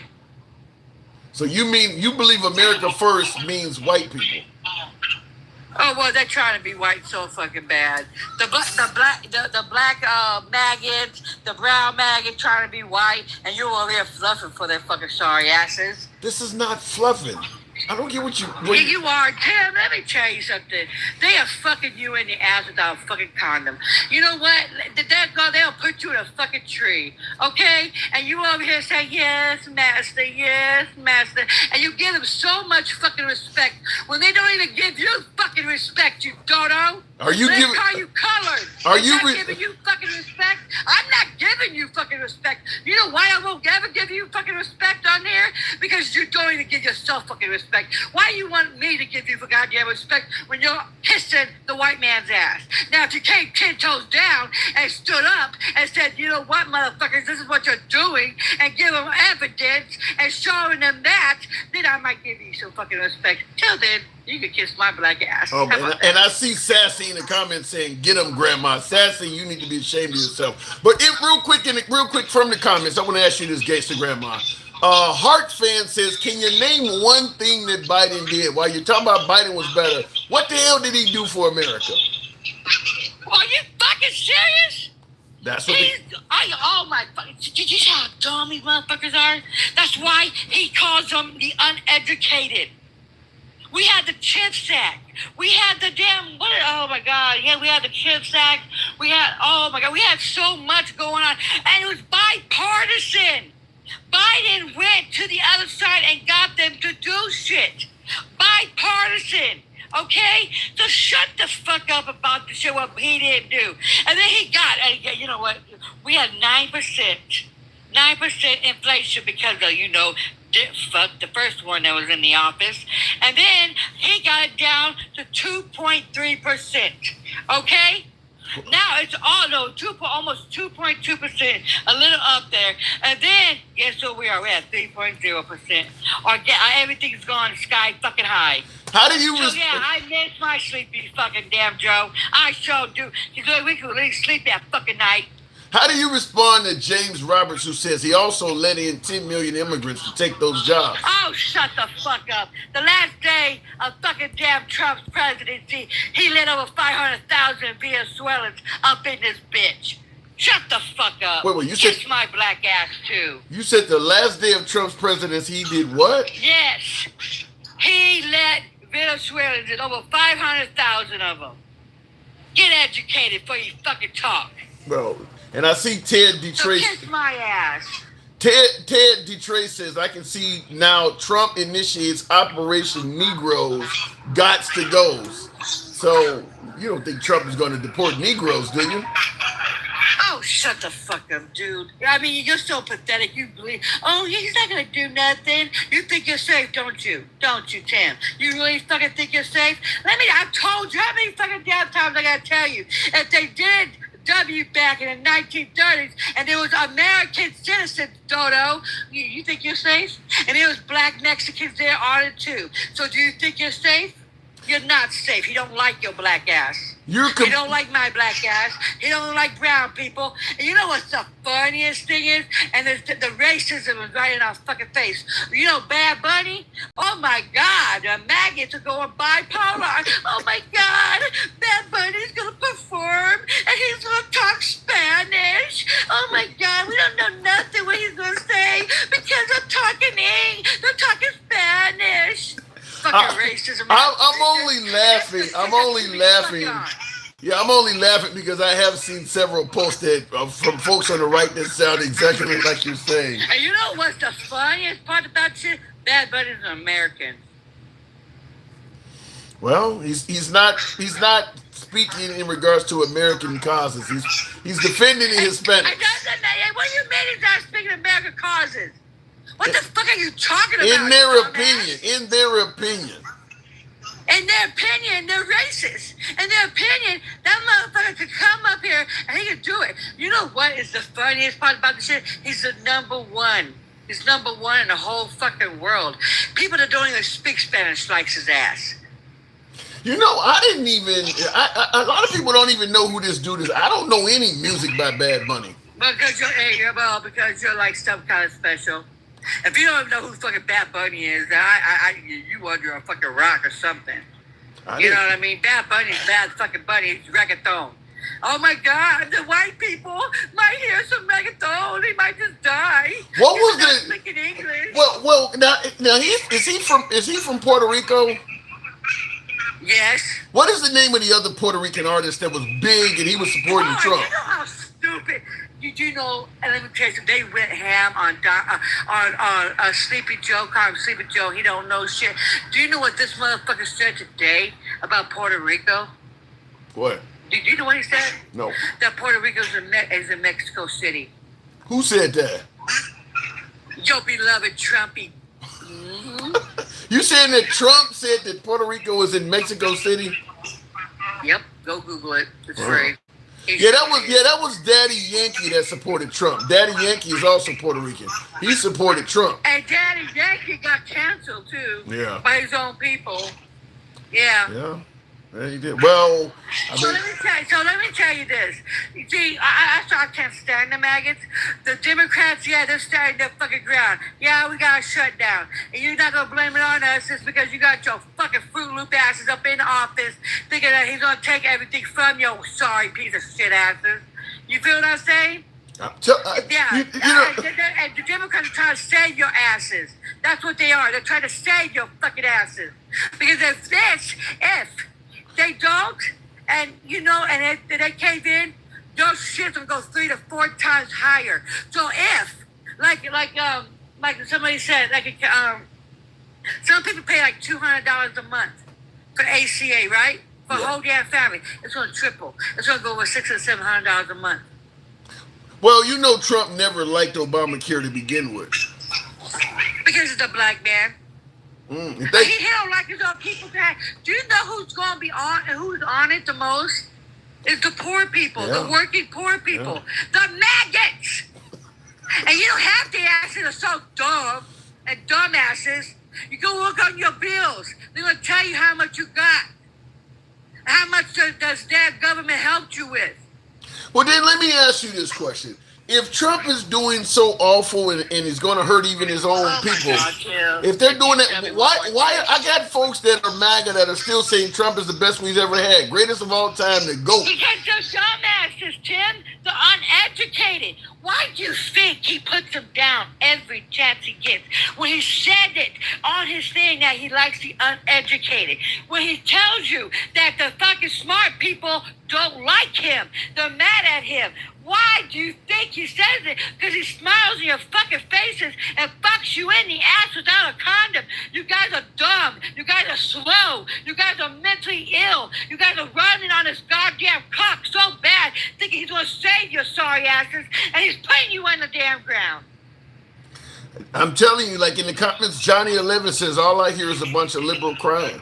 I mean, they don't see it that way. Well, guess what? that bitch is gonna be crying when his insurance is going through the roof and he can't feed his own goddamn kid. Then what he's gonna say, oh please save us. Fuck you. I'll save my I will not save them. I wish California would take the fucking money and give it to our asses back. And fuck the red states. We all got to work in this together, gangster. You can't say fuck half of America. No, we ain't gonna work shit together. Fuck them and fuck everything about them. They voted on racism. They didn't vote. They didn't vote to get shit cheap. They voted on racism. So fuck you and you. Oh, we gotta work together. Fuck you. You want to go work for your white man? Go ahead. This ain't got, little ninja. This ain't got nothing to do with working for the white man. But real quick, Will G says Trump and MAGA ain't shit. He says has all three branches of government and still finds a way to blame the. Hold on, hang on. He got all three branches of government and still finds a way to blame the left. While people are clueless, Trump is quietly removing the checks and balances on himself. Do you see any validity to that? He's online. Huh? And you know what the fucking... You know how stupid the maggots are? They're saying, screw the libs. You're fucking yourselves, though. A lot of Democrats, you guys are fucking yourselves because they're taking our rights away. They're taking your shit away. The First Amendment, you swear he's only going to take our shit away? He's taking your shit away. He is taking you guys' food stamps away. He is taking you guys' ACA away. And then the ones that play like I do, I play private insurance. Our shit is gonna go through the damn roof. I already have a letter, and I got a letter this past week saying if all this happens, mine is going to triple because people is going to be without insurance. And guess who's going to pay that? We do. Let's hope it don't get that far. I got to move it on, Gangsta Grandma. You know what? The Democrats are standing 10 toes down, and I hope they get it. And guess what they're going to say? Oh, it's the Democrats' fault. They always blame us leftists. They always do. But guess what? We're the ones that's going to be doing it. And guess what? Karma is a big bitch. Because when we get back in office in 2026, we get back in office in 2028, what he did to us, oh, payback's gonna be sweet. So you're looking for revenge? Oh, see, let me tell you something. I love me Michelle Obama. I love me some of her. You feel me? When she said go high, no, bitch, we're gonna go to the pits of hell. Wow. Why do you think I'm not nice to their asses? I'm not gonna kiss their ass like you. I ain't gonna give them no respect because they don't give your ass no respect on your fucking eyes. You need to go quit rolling your fucking eyes. Because you're stupid as hell. I'll knock them up inside your head. Oh my God. Because you know what? This is the truth. You respect people that don't even give you no fucking respect, Tim. They don't give a fuck about you. If they gave a fuck about you, they wouldn't have voted for this shit. They voted on racism. And you still kissing their ass. You still give them fucking respect. Why would you give somebody respect? I respect people from all sides of the political spectrum. Why? Why do you give... Why you give maggots respect when they don't even respect you? They call you colored. They call you boy. That's one guy. One person did that. No, they be doing it on the other lives. No, what they the don't. fuck are you talking about? They don't. No, they don't. Yes, Tim, oh Lord, I be up in there watching you. And they disrespect you. They give your balls to you. And you know what you do? Yes, master. Give me that whip. I like it in the ass, master. Oh, my God. I got to move it on. All right, gangster. I'm not lying, Tim. All right. Have your friends. Have your fucking friends. Like your real friends, William. Look, a friend like me, I tell you the damn truth. You a cupcake. You a fucking, ugh. You know what I mean? Quit giving them. I gotta go. Okay, I won't be a cupcake. All right, moving on with the program. She said I'm a cupcake. I'm a damn. That bad, huh? Now Tim be at it with them. Yeah, Mr. Mobetta, thank you. A little bit of defense. Yeah, if you see me in other lives, I'm actually a lot less cordial and patient in other lives. I usually go back at people. I mean, listen, some folks are more passionate than others. Gangsta Grandma really pulls no punches. I don't feel you can have a decent conversation if both sides are doing what she is doing. So I don't go that far with it. I understand what she's saying. She's passionate about it. She has her way of doing things. I have my way. Handsome Conservative says, gotta be honest, I'm surprised you took as much of shit. Handsome Conservative said, I'm surprised you took as much shit off that woman as you did. Gangster Grandma, just like all my other viewers, are welcome on the program anytime. We got thick skin here, folks. This is a no snowflake zone, so we can handle it. That's why we say we don't block, ban, or censor. Program's wide open. So listen, if you got a passionate opinion, come on up. We'll bring you up, and we can certainly hash it out. Just some people are a little bit more passionate than others. Jackson, appreciate that. Thank you, Jackson. Thank you, folks that are also helping me reach that TikTok goal. Will G says already fired the IG and Jags from the military and whistleblowers all throughout the government. Gone months ago. Yeah, he's getting rid of all the opposition. That's the way Trump has done it so far. We're going over to Instagram. Who do I have here again?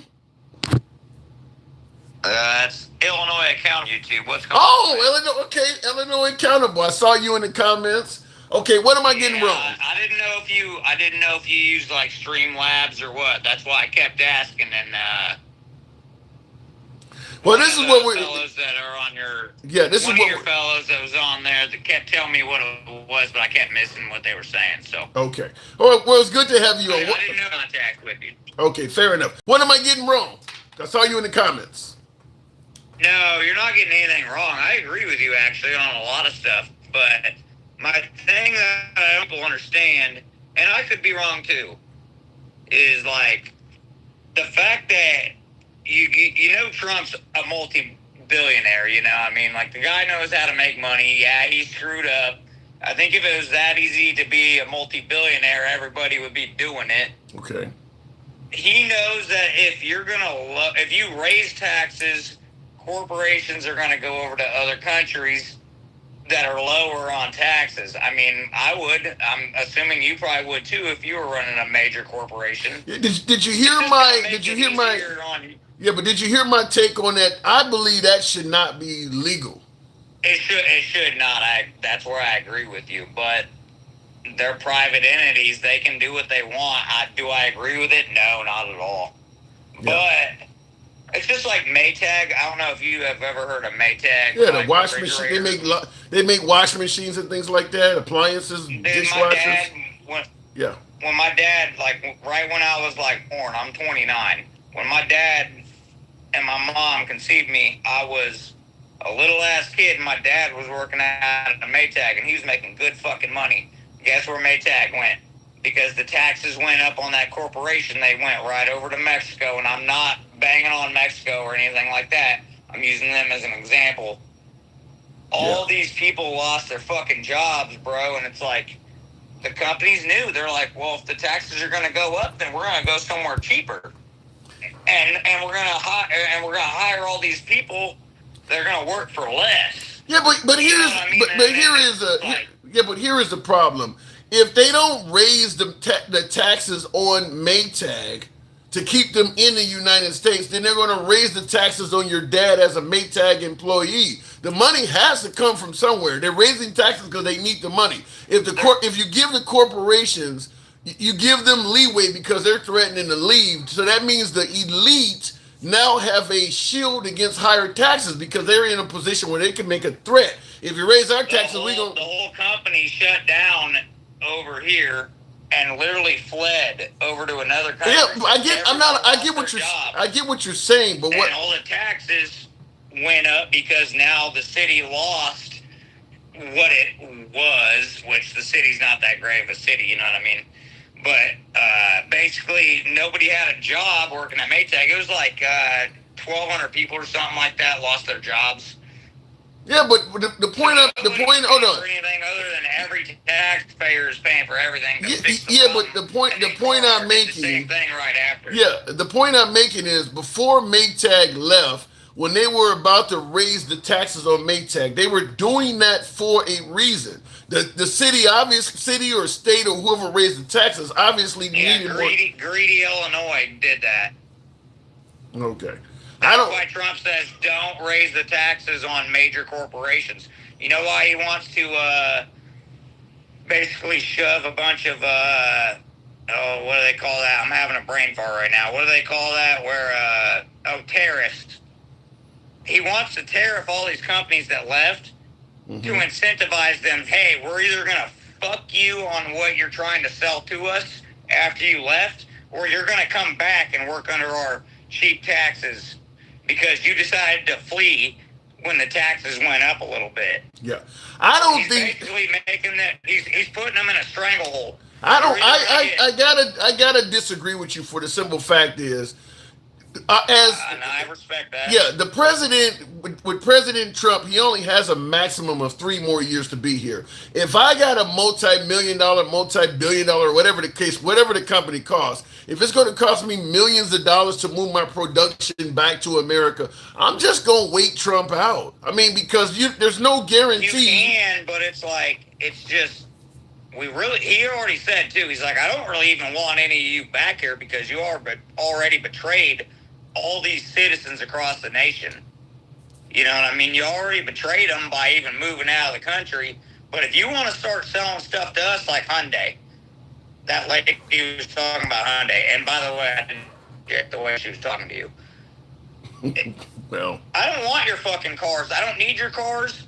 But if you're either going to come back to this country and build them here, and that's your screw up. You shut down a company. Thank you. Shut Appreciate down that. all these jobs. Mike, thank you. What's that? No, I'm talking to somebody supporting the program on TikTok. But what I'm saying though is, if it costs you millions of dollars to move your manufacturing back to this country because Trump is going off on you, I would say you're better off waiting for 3 years to see what happens when Trump leaves. And possibly the next president is not going to be as harsh as Trump, because Trump changes his mind. Hold on, hang on a second. Hold on. Trump changes his mind so much. What you seen what he did with the tariffs on Liberation Day, the tariffs he held up, they ended up being totally different numbers. You can't move millions of dollars of manufacturing around based on a president that is moving numbers around at a whim. So you just got to wait this guy out. It can't happen overnight, though. That's the thing. He's not really going all over the place. I get what you're saying. It can't happen all overnight. You're making big boy moves. You know what I mean? Like, moves that are way above our head. Like, you're changing the way a whole country's going to change direction. You know what I mean? Yeah, but the problem I'm saying is this. All you need to do is get... I'm not just being loyal. Yeah, all you need to do is get one CEO in there that's a liberal and he says bad things about Trump, and Trump may change the whole tariff structure because he don't like the guy. You can't move millions of dollars worth of shit around based on somebody that'll flake out like that. I think me and you are having a pretty productive conversation, actually. I do agree with a lot of the stuff you say. All right. I'm not disagreeing with anything you say. I'm just saying these are viewpoints that I would imagine you're probably going to think about tonight, and possibly like, you know what, that was a pretty good analogy. Well, I'll just say it like this. If I'm going to be required as a business owner to make these big decisions based on what the president is saying, I need a president that's going to be consistent. And Trump is not consistent. He changes his mind a lot. You can't make $1 million decisions based on somebody that's flaking out like that. I don't like his policies. I'm a Republican. I don't know what. Are you an independent or are you a Democrat? I lean left. I'm left of center. I lean left of center. I'm kind of an independent Republican. I don't like he keeps pulling this gun control bullshit. Don't care for it. Yeah. And then, well, fuck, dude, you got a thin blue line, you. You know what I'm into? What? I'm really big into auditing. And I'm a Republican. I hate cops. Oh, you mean like ACAB? Auditing. What? You mean like audit? Okay, you mean like audit the police to make sure they know the law and all of that stuff? Yeah, buddy. Illinois accountability. Yeah. Wow. Okay. Well, I'm gonna tell you something. Republican that does not like cops. Wow. That don't sound like MAGA at all. Yeah, you ever heard for anything? Yeah. I gotta, unfortunately, I'm gonna have to move on from you because we got some kind of signal problems and it's going in and out. But you're welcome back on the program anytime. I appreciate you coming over to Instagram to make it work, man. Come on back anytime. I had a fun conversation with you, and I don't know. It was a really genuine conversation. I don't got any. I actually just followed you. I am not a Democrat at all, but I do enjoy having conversation with people of different thought processes. So thank you for having me. Consider me your guy. Come on back anytime. You know how to drop it out of there? No, kick me off. Okay, let me figure it out too, so I can go back to the. I don't know, dude. Yeah, I'm still I'm still learning Instagram a little bit because we don't get as many callers on here, and for some reason. I figured it out, bro. All right, go ahead and drop. Okay, what the hell is it? You gotta click that little down logo. I'm leaving right now, brother. All right, thank you, appreciate it. Come on back anytime. Bye. All right. So, thank you. Moving on with the program there. What the hell is an independent Republican? Lewis, now you're saying my last caller, he referred to himself as an independent Republican. If I didn't ask him that, but if I had to speculate, I would say that in my opinion, at this point, an independent Republican would probably be like Romney, Bush, a Republican that can think independently of President Trump. Because right now, if you don't favor Trump, they consider you. They almost call you a rhino now. So to me, an independent Republican would probably be almost like the traditional Republicans that we knew of yesteryear at this point. Romney, McCain, Bush, hell, even Reagan is in that category now because MAGA has fundamentally changed the party now. Real quick in the comments, the corporations have been going overseas no matter who is in office. It's about greed, less overhead and regulations for more profit. Simple, full stop. Will G, 100%. 100% true. And that's what I said. In my opinion, that should not be legal. In my opinion, that should not be legal. I don't think that a lot of other countries would allow their most prosperous citizens to do what we allow our citizens to do. Because at the end of the day, if you take a big business and you move it overseas, you're hurting your own countrymen. You're profiting, but you're hurting Americans to do it. I just think that as a matter of financial security, you should not be allowed to do that. You want all the protections and rights that come with being an American, but you want to go and your money and you're gonna go over and enrich China or some other country. Keep in mind, before I go back to the box, by the way, tap the screen, get us up to 70,000. China is a superpower. China is probably one of our biggest enemies. It's probably more so than even Russia at this point, because their military might has gotten significantly better over the last few decades. They're now having aircraft carriers. They're revealing drones and all kinds of fifth generation jets and shit like that. Where do you think the money for all that stuff came from? Where do you think China got the money to build all that stuff? It's those fucking jobs we talking about. It's all of the American businessmen taking their wealth to those countries to give all of them folks jobs and income to enrich themselves and not have to pay Americans. We have literally enriched our greatest enemy. That's why I said I don't think it should have been legal to do this. You're doing what you're doing as a CEO by taking your manufacturing or your call centers or whatever to a country that we're not even allies with, is you're helping them build their war machine. We've really strengthened the economy of China by doing that. We've really helped them out significantly. And they're using that money for nefarious purposes in comparison to the U.S. They're on the other side, whether it's the UN, whatever. They're on the other side of any world event that we're on. No matter how we feel about Iran or Russia or any ongoing conflict, China is usually on the other side of that. They usually disagree with us on every damn thing. Why? You shouldn't even been allowed to take your business to that country. It should not even been allowed. I don't care how cheap their workers are willing to perform. We should not even been allowed to do that. That has been done at the detriment to the United States, and several generations going forward will pay for that. A few CEOs made a fortune by taking their labor over there, taking their call centers over there, and you're going to have generations of Americans that are going to pay for that. That's why it should never have been allowed. Trump, farmed out his apparel company to China. Yeah, Trump was having ties and even the MAGA hats. I think I got a bunch of them here, but even my this is my old Keep America Great hat from the number 45 back from his other campaign. This hat is made in China. And I bought all of my hats come off of his website. So back when now all of his hats and stuff come from America because people complained about it. But for a while, the Trump campaign site was actually selling made in China products until it came out. How could you be speaking negatively of China when you're selling their shit?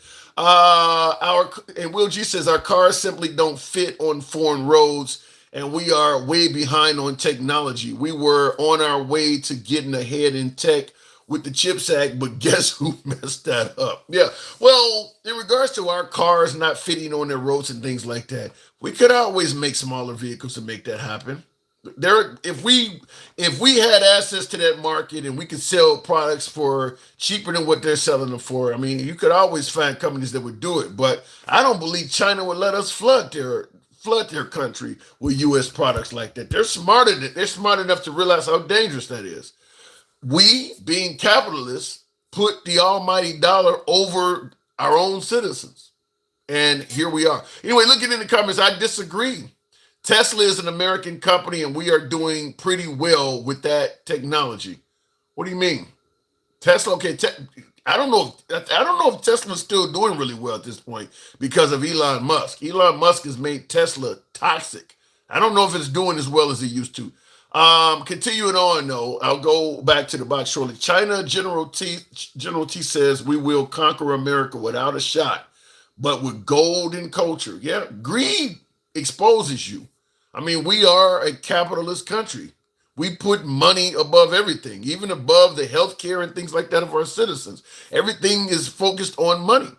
I don't care if you are dying of cancer. I don't care if you're on your fourth wife and your relationship's about to break up. I don't care if you've never seen your kids. As long as you got money, you're referred to as successful. We put money above everything in this country, even above our own brothers and sisters, neighbors, and all of that. We put money above everything. That's kind of how capitalism works. And there is exposure to that. Other countries realize that. Let me go back to the box. We'll go straight to Mike. Welcome to America, says William. Yeah. I mean, that's what it is. We put money above everything. Mike, good evening. What's going on, brother? Appreciate the TikTok caps, by the way. Thank you for supporting the program. So we're very divided. I don't think that's even up for debate. But the question we've been asking tonight is, how the hell did we get here? And what, was it 2015, 2016, 2015 when he came down that escalator? We were not divided before he came down the golden escalator? We weren't publicly divided, for lack of a better term. What do you mean? Explain. There's always been division in this country. True. We've always been divided by race and by the social economic structure. But when Trump started saying shit out loud that hadn't been said before, he sowed more of that division. Let me give you an example. When he started saying things out loud, it emboldened people like Mitch McConnell and Lindsey Graham and some of the other senators and Congress people on the right to start saying the things that they have probably always wanted to say. The Southern strategy changed a lot of the vernacular, which would be acceptable, right? Right, like you can't say the N word, but you can say states' right. So you can't, right? You don't have a separate water fountain. They can technically go in a restaurant, but I'm going to make you feel uneasy about it, right? So Donald Trump he watered those seeds, and they grew. He watered those seeds of racism. They've always been there, and they grew. And now we're looking at the fruit from him watering it and the people around him that were feeding into that soil to enrich the races. Stephen Miller, Steve Bannon's, Alex Jones's. I can go on. Yeah. So we're divided by design. That's frightening. How do you? Are we at a point where it cannot be turned around? Are we past the point of no return, or does this go? Because Trump is almost 80. Does it go away with Trump? No, it doesn't go away with Trump. But let me ask you your first question. I do believe when I go back and watch the video when Pete Hegseth and Donald Trump are sitting in front of all of those generals, predominantly white men, I believe, because I believe, and listen, I know I'm just going to surprise some people on the right. I believe in the human element. I believe in the human experience, and I believe that the majority of people agree on most things. But I also believe that people are pulled into a direction that were the path of least resistance as well. Now, those generals that were sitting in that room, I believe that that's going to do more harm than good to their cause. Explain. What do you mean by that? Because there's some career military people that are listening to someone tell them what they should do and what they should be without the experience that they've had and the sacrifice that they've made. Wait. I'm not saying Pete Hegseth hasn't made a sacrifice, but it's not comparable to those men that he was standing in front of, telling them how things need to be now. They've been doing this for 20, 30 years. I don't think that went over well. I've seen clips on the internet of other retired generals and stuff. Yeah, it didn't go well. It did not go well. I mean, first of all, I think everybody can agree, even the MAGA side of the aisle can agree. Flying them all to hear this in person was not necessary. $6 million to do that, you could have did that on a Zoom call. Not only was it not necessary to fly all these generals to one location, it was also irresponsible and dangerous, kind of like the whole Signal, when he got on the Signal app. You're going to put all of America's top generals in one location. If somebody could have struck that building, you're taking out a mountain of experience and talent at one point. I mean, there's no way in hell all of the top generals should have been in the same building at the same time. How do we know that there wasn't a biohazard? We don't know. Anything. It just was. It was a security threat. It absolutely was. But let me say this again: some of the people on the right that are on your program may be surprised I'm saying these things. That's because they don't understand the balance of seeing what our country is, but understanding the things and the opportunities that our country has. Those are two different dynamics. Who we are and who we can be are completely separate. Yeah. But if you don't acknowledge who we are, you'll never know what we can be. Let me give you an example. Have you ever seen a weight loss commercial that didn't have a before picture? Not usually, no. Because it's not a good selling point. Because if you want me to be enamored by the after picture, I need to know where you started. And our country doesn't want to talk about where we started, so we'll never realize the progress because they don't want to acknowledge where we started and how we started. But I do believe the military has an opportunity to be the defining factor, the military and the courts. Because if you're going by the laws that you swore to, a lot of what they said you won't do. Well, they do actually. You're saying it before in the after picture. They do show how this country started. They just don't show it from, let's say, the African American perspective, or the Native Americans. Their whole story is not told. But in terms of, let's say, white America, you get the full scope of how it started from scratch. It's impossible, Tim. You can't tell the white experience without telling the black and native. That's not as full. What book is that? How do you tell, Tim? How do I tell? Did you grow up with both your parents? Yeah. So how could you tell your history without mentioning the other one of them? You just water down certain things and you omit certain things, but you can make it work. We made it. Listen, they didn't listen when the movie Roots came out, or the miniseries Roots came out in the 1970s. But it was such a shock to the system because nobody really had been talking about slavery before that. And obviously slavery had ended 100 years before Roots came out. I mean, they had, if you talk to any of the baby boomers, the silent generation, all the they didn't cover it in school. They didn't discuss it at all. And America was doing fine. They just omitted the African American experience. It was just omitted. Well, and the funny thing that you brought that up, that's when America, in my opinion, that's when we were growing up, right? Because Roots would come on every year for a week, a 4-part series, right? Monday through Thursday, and it wouldn't come on Friday. At our school, we called it Roots Day. On that Friday, you were so worked up by the end of the week, White Yeah, but hold on, hang on one second, real quick in the comments. John Vol says it was taught, but it was not emphasized. No, John, it was not even taught. If you go back to the 50s and 60s, it was not even taught in schools at all. Period. It was not taught. That's why they started having Black History Month and stuff. That stuff was not being taught at all. It was not emphasized. No, not discussed. Go ahead. Nope. No. So again, so when we talk about America divided, this is reality. White America has an opportunity, which I don't think is going to come around. If they don't take the opportunity now, all the things that we don't want to happen are going to happen. They've got to take this opportunity to say enough is enough. White America has to stand up and say enough is enough.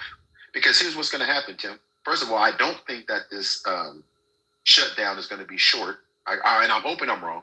I don't think it's going to be short. And the big, beautiful bill is about to kick in. Why don't you think the shutdown is going to be short? What's making you say that? Because I don't think the Republicans are going to concede, and I don't think the Democrats are going to concede. Are the Democrats wrong for prolonging this? You got Fetterman. Fetterman is conceding on so much shit. They're starting to ask him, "Are you considering switching parties?" I mean, Fetterman. Let him fucking go. But you can't negotiate. Let me ask you this, Tim.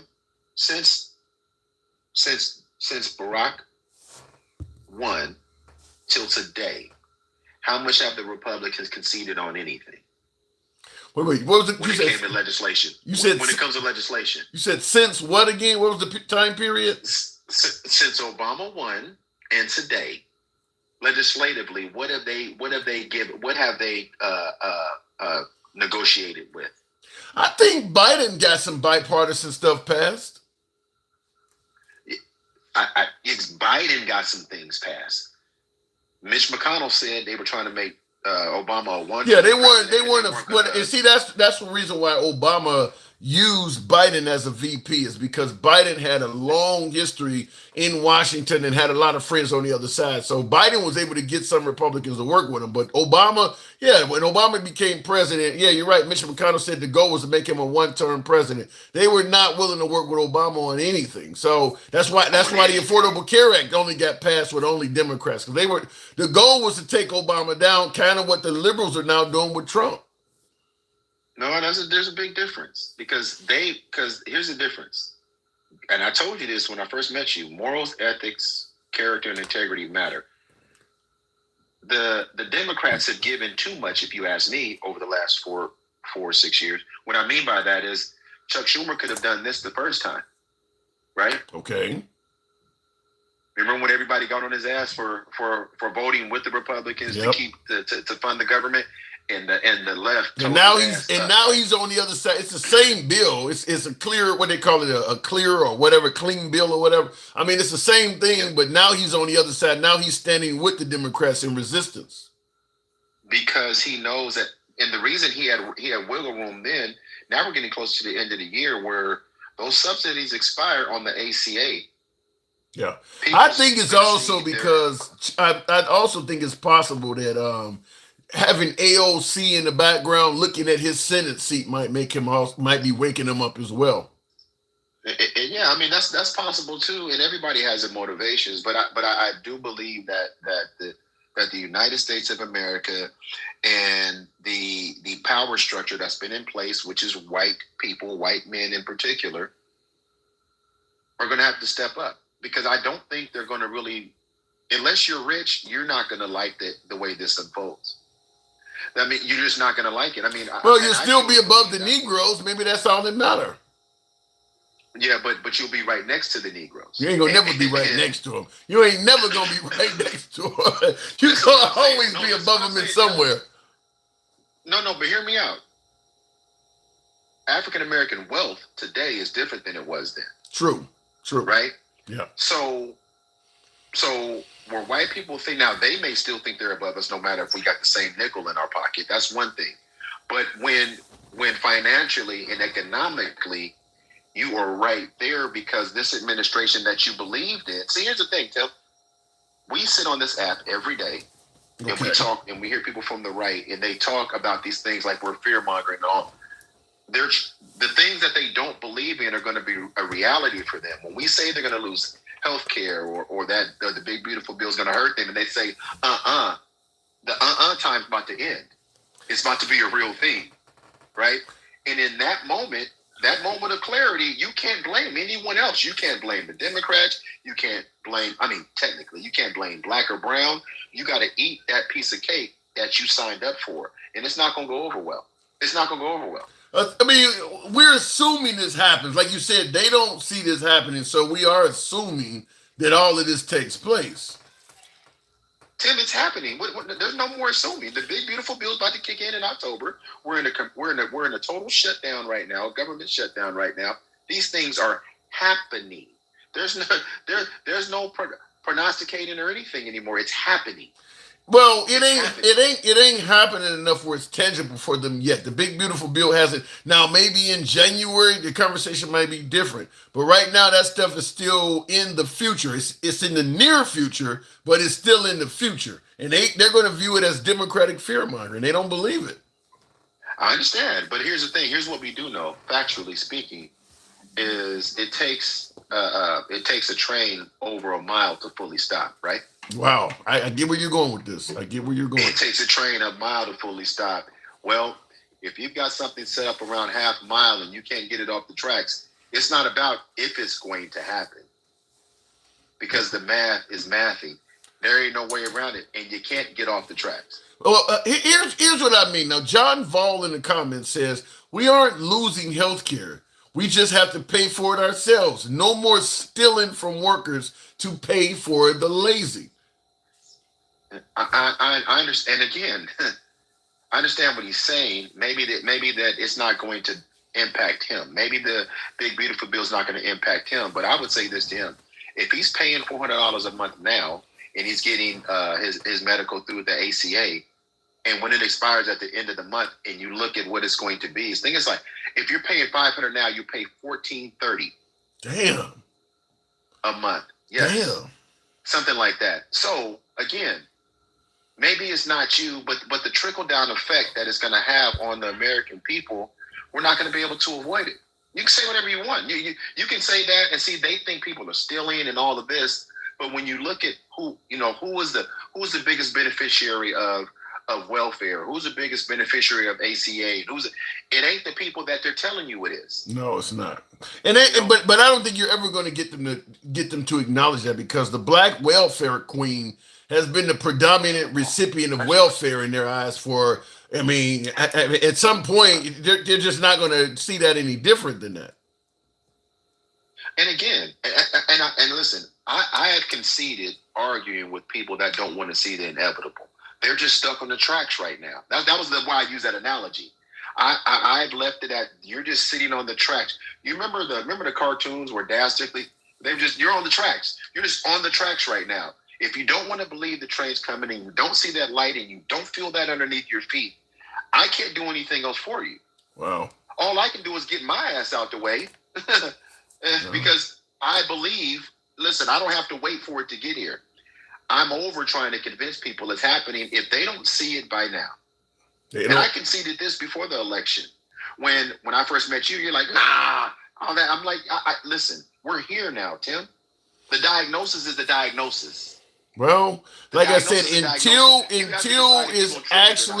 until they're actually getting that exceptionally high ACA bill, or until it actually happens. I don't care if it's going to happen tomorrow. If it ain't happening today, it's liberal fear mongering.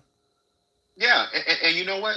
And such is life. I'm not going to argue that point anymore. I'm not going to argue what we saw Monday when Trump stood up there and said he was going. I'm not debating that anymore. I'm not debating the propaganda on their side, talking to those generals. I'm not explaining that shit no more. If you don't believe what you saw and you think that is fear mongering or whatever, then okay. But I think when it comes to Trump in front of the generals and what Pete Hegseth said and things like that, like talking about using liberal cities for training and things like that, I understand MAGA's take on it because it's simple. It ain't happening to them. If he's talking about sending the National Guard into DC or into Portland, or he's talking about sending them into Chicago, and you happen to live in Panama City, Florida, You don't care because listen, go ahead and do what you got to do in Chicago. You're not sending the National Guard down here in Panama City. We're fine.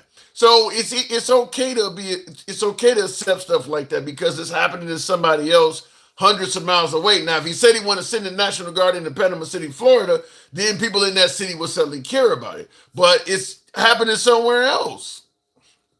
Well, I'm gonna say this, and I'm gonna let you go because I know you got to get to your next desk. That's fine. They can say that.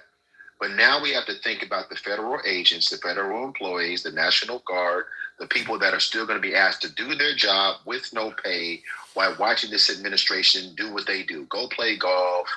And I heard it on a live last night. There's a federal agent who was saying, people aren't thinking about all the things that happen. They're still humans. They still have bills to pay.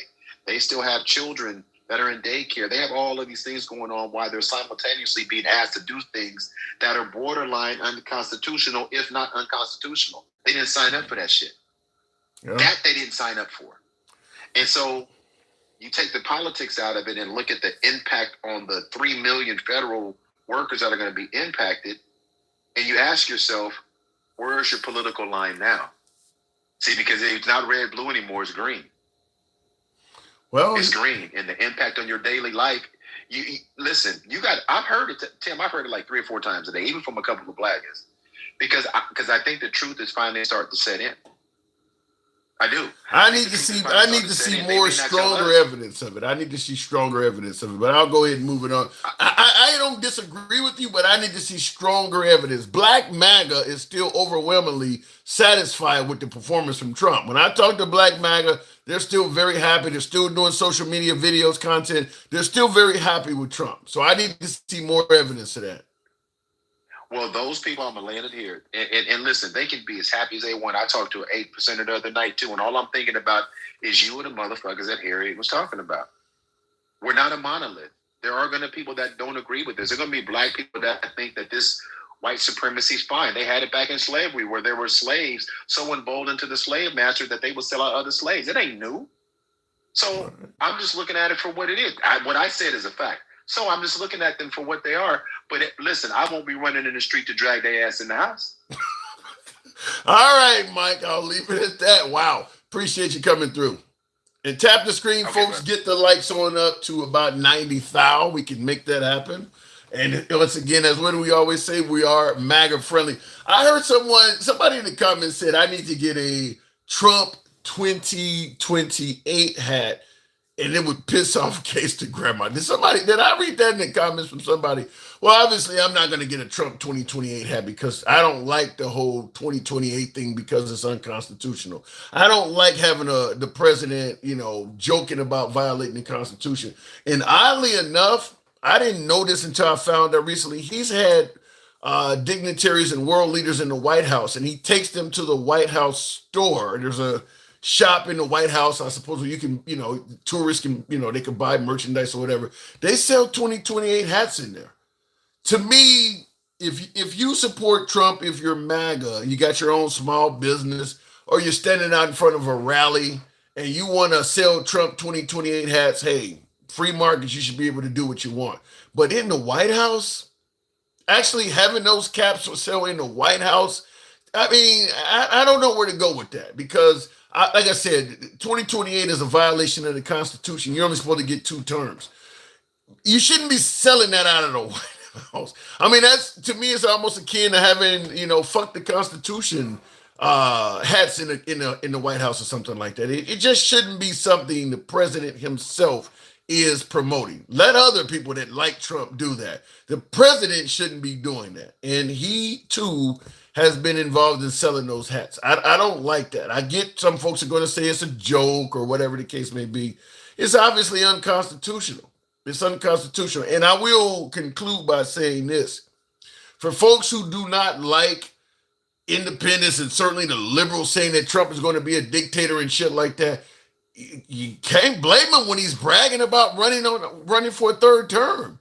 I mean, if he's joking about doing dictator shit, he's kind of inviting it on himself. He should not himself be dealing with Trump 2028 merchandise. He shouldn't be dealing with that. Let his supporters and people who love him do that. He should not be involved in it. He don't want a third term because he's scared of Obama, says Ms. Mobetta. I don't know if Obama would be allowed to run, though. I think that if Trump was allowed to run a third term, they would finagle the law in a way that allows Trump to get in and Obama not to, such as passing a law that says you can only do a third term if your two consecutive terms were not back to back. If there was a split, they would make up some sort of rule that would prevent Obama from getting through it. I tend to think that that's the case. Also, I gotta say, no guarantee Obama would run again. There's no everybody thought Michelle Obama was gonna step up. There's no guarantee that if Obama could run again, he would do it. I mean, that's a lot on you, your family, your kids. There's a lot involved with that. So there's no guarantee that Obama would do it. I mean, because he got to put Michelle Obama back out there again, and she made it clear she herself does not want anything to do with politics. So he's dragging her back into it to make her first lady again. I think one of his daughters even changed her name or something like that because she wanted to be low key. I might be wrong on that, but I think one of them did. You're dragging all of them back in that by doing that. So I don't know if he would run again. He would blow him out of the water, says Mr. Yeah, I do think if Obama ran against Trump, he would be incredibly competitive. I do believe he would probably beat Trump. Yeah, but I don't think Obama would run again. I mean, you got all the money you need. I think the president gets $1 million vacation budget every year, something simple, something like that. He has a paycheck for life. Why would you get? I mean, I guess love of the country, obviously, but I don't know. I think Obama probably wants to just spend the rest of his life surfing and playing a little hoops every now and then. I think it is hilarious that so many who talk about constitutional crisis haven't even read the Constitution. So many unconstitutional laws have been passed in the last 100 years. It's a good point, John. I don't disagree with that. Samuel L. Jackson would kick Trump's ass. You think if Samuel L. Jackson ran for the office, he would beat Trump? Well, I mean, Trump ran from a standpoint of being a celebrity, and obviously Samuel L. Jackson is a celebrity. He would definitely get the black vote, but you need a lot more than that. He would definitely get the black vote. Let me go back to the box. We'll go to Dencal. I think, what did I hit? Wait a minute, I hit James, I think. Is it James there? Can you hear me? I don't know. Well, let me try it again. Maybe it didn't come up. We're having issues with the box. We'll try it now with Dencal. Get Stone Cold Steve Austin in office. Get Stone Cold in office. Stunners for everyone. Dencal, good evening. Good evening. Good evening. Hey, good to have you back on. So, very divided country. I got Chris Cuomo playing on my TV here. Very divided country. How the hell did we get here? Well, I don't think it was one particular thing. I think it's been a combination of things. But I do think I do think the election of the first black president brought a lot of animosity, and I guess I could just call it straight up racism. That by the time he was getting ready to leave office, they weren't trying to accept anything. They weren't trying to accept anything that wasn't white, basically. Mm. And so I think just the fact that that Biden kind of was still represented, kind of the Obamas. Remember, they always were saying Obama was Biden, him, Biden, trolling him. Yeah, they were calling Obama. They were calling Biden Biden.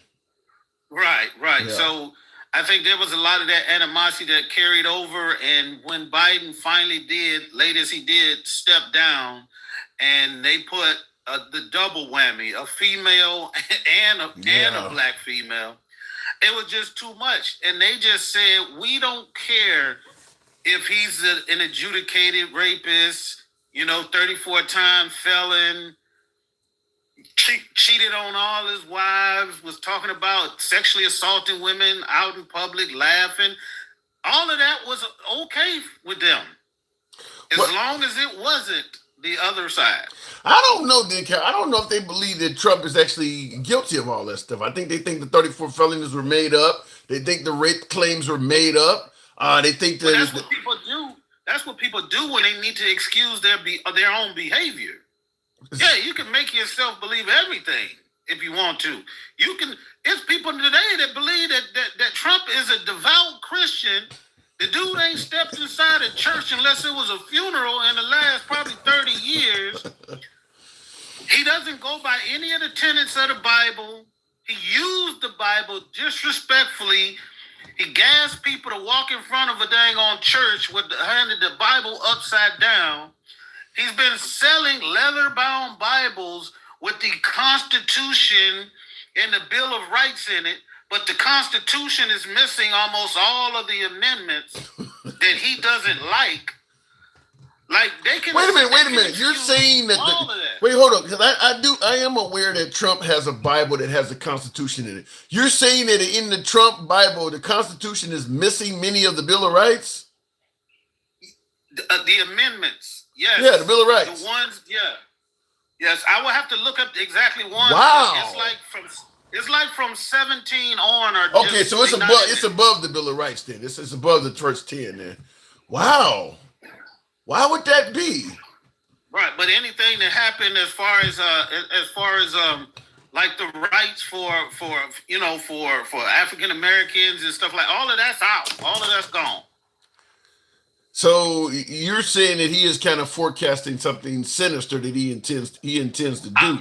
I'm not saying anything. I'm talking about people's ability to ignore that stuff when they call themselves Christian, or when they say, we don't believe this stuff that we already see and know about him. Just like they saying, we don't believe he's in the Epstein files when we know that Pam Bondi told him he was in there and assigned about 1,000 agents to scrub the dang on files of his name. They still will say, well, if Joe Biden had it, and he couldn't have been there, Joe Biden would have put it out.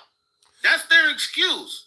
Yeah. Some of that I don't have any explanation for. I do not understand, because the Epstein stuff, everything about the way Trump has handled the Epstein files shows that he's been acting in a manner, at the very least sketchy, at the worst, trying to hide something. I mean, he started out literally by saying, stop talking about the Epstein files. And from that point on, it's been nothing but resistance upon resistance upon resistance. I still have no clue. And I think even the folks that support Trump, my beloved MAGA, nobody has any clue why Ghislaine Maxwell was suddenly put in a minimum security camp. There is no explanation for that. Nothing was provided. This woman essentially amounts to a serial pedophile. You just significantly updated her living conditions while she's incarcerated. And when he was asked, has he thought about pardoning her? His response was, well, I really haven't thought about it, but I could. This is a serial pedophile. Why would you give an answer like that? MAGA hasn't questioned that whatsoever. So to me, I don't think MAGA cares about this stuff. And you know that, well, you probably don't know, but I'll just tell you, the Democrats in the House won a special election of a party member that passed away. Now, the new person that won that special election to fill that spot was the last vote that the House needs to have enough people to force a vote so they can release the Epstein files unredacted, except for the victims. Mike Johnson refuses to swear her in, even though she has already been authorized. Everything has been approved and everything. Now he is talking about, well, we got to wait for the official results to come in and all this crazy stuff that's never happened from anybody who got elected. He refuses to swear her in. You know what that sounds like when Mitch McConnell played the same game about Obama's Supreme Court pick? It's too close to the election. Court, yeah, that's what it sounds very similar. We're gonna create some rules to put a barrier in the way of the normal process. If the person won, you got to swear them in. I mean, so they're playing backdoor tactics, I guess. Based on that, they may never swear her in.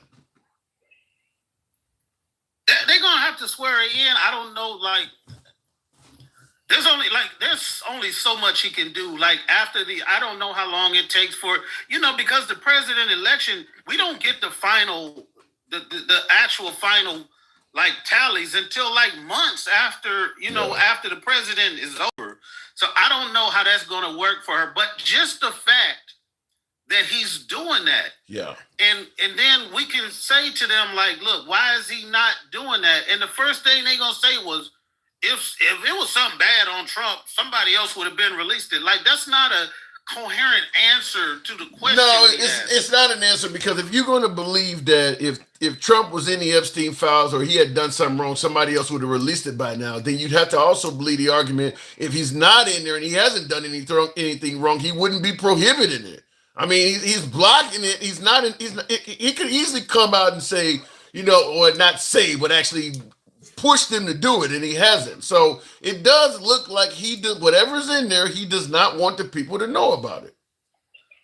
Right, because in the beginning, Mike Johnson was an advocate. He was like, "Yeah, let's do it." They all. And he got that phone call from Trump, and ever since, and like King Finn just said, she won by 40 points. It's not like she squalls by and they need to do a hand check recount or none of that. She won. Why do you think MAGA, who was so gung-ho on this stuff coming to light, why do you think they are silent on this Epstein stuff? They're not really pushing for this. I mean, Dan Bongino and Kash Patel were making a career off of this stuff. They got in a position where they could actually make something happen, and they suddenly got silent. When it first went down, Bongino was on his podcast talking about, I will never let this go. Right. I would never stop pursuing this. And as soon as he got that call from Trump, when he got pissed off that day, when he found out they said it wasn't no files, and he went home and didn't come to work and sulked for a little bit, but them folks called him, he brought his ass back to work and ain't said a damn thing since.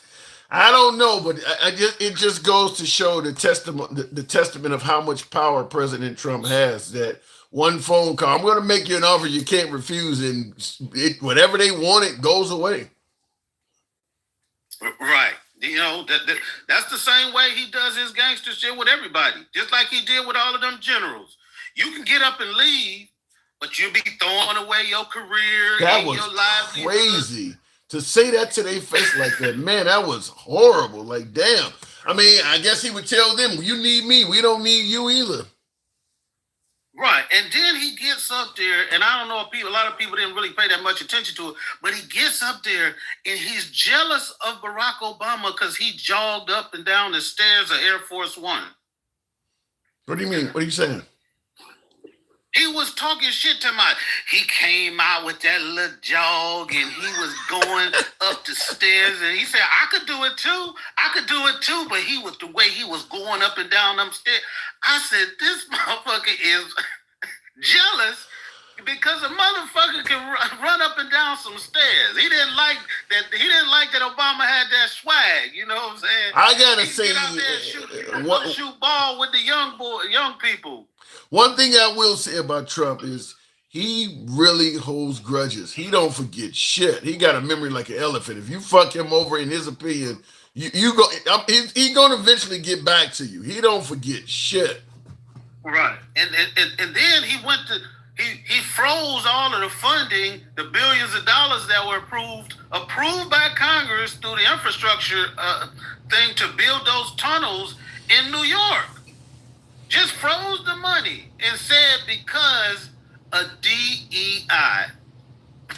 Well, you already know how I feel about that. I think I've been saying that on the show, how I feel about DEI. If DEI really means that these people are getting jobs that they're not qualified for simply because they're black or Hispanic or a woman or gay or whatever the case may be, my question is, if all of these folks lack merit, where are the fuck ups? Where are the Lincoln Riley examples? Lincoln Riley, she got, she lost her life to an illegal immigrant, and that showed we need to secure the border because the border is open. Here's somebody that came in and killed an innocent American. Where are the DEI hires that was flying a plane and crashed and killed a bunch of people because they didn't have the merit? Like, where are the fuck ups? If all of these folks are getting jobs that they don't have the merit for, why are none of them fucking up on the job? That doesn't make any sense to me. Not one good example. They don't have one DEI Lincoln Riley example to make a point where somebody got a job they didn't deserve, and here this woman is a engineer of a locomotive, don't know what the hell she's doing, and she don't want to destroy the whole small town because she took a turn too fast or something like that. They're not presenting anything to show any of these people like merit. They're just screaming DEI all over the place, firing minorities and women. Go ahead. Somebody brought one up to me. Somebody brought one up to me today. One person though. Let's not get out of context. He was talking about the guy who had rose to the top of the. It was one school system. I don't know if Des Moines, Iowa. The black guy in Des Moines, Iowa. The black guy that was the immigrant that had somehow, and I'm like, how in the hell does he get to that position when he's gone through elections? He's gone against Republicans and other parties who have done their background checks on. I don't know how the hell he got to that point. Even in that case, just like how the hell does an illegal immigrant get in the country or whatever the case may be, but even in that case, he was doing a good job though.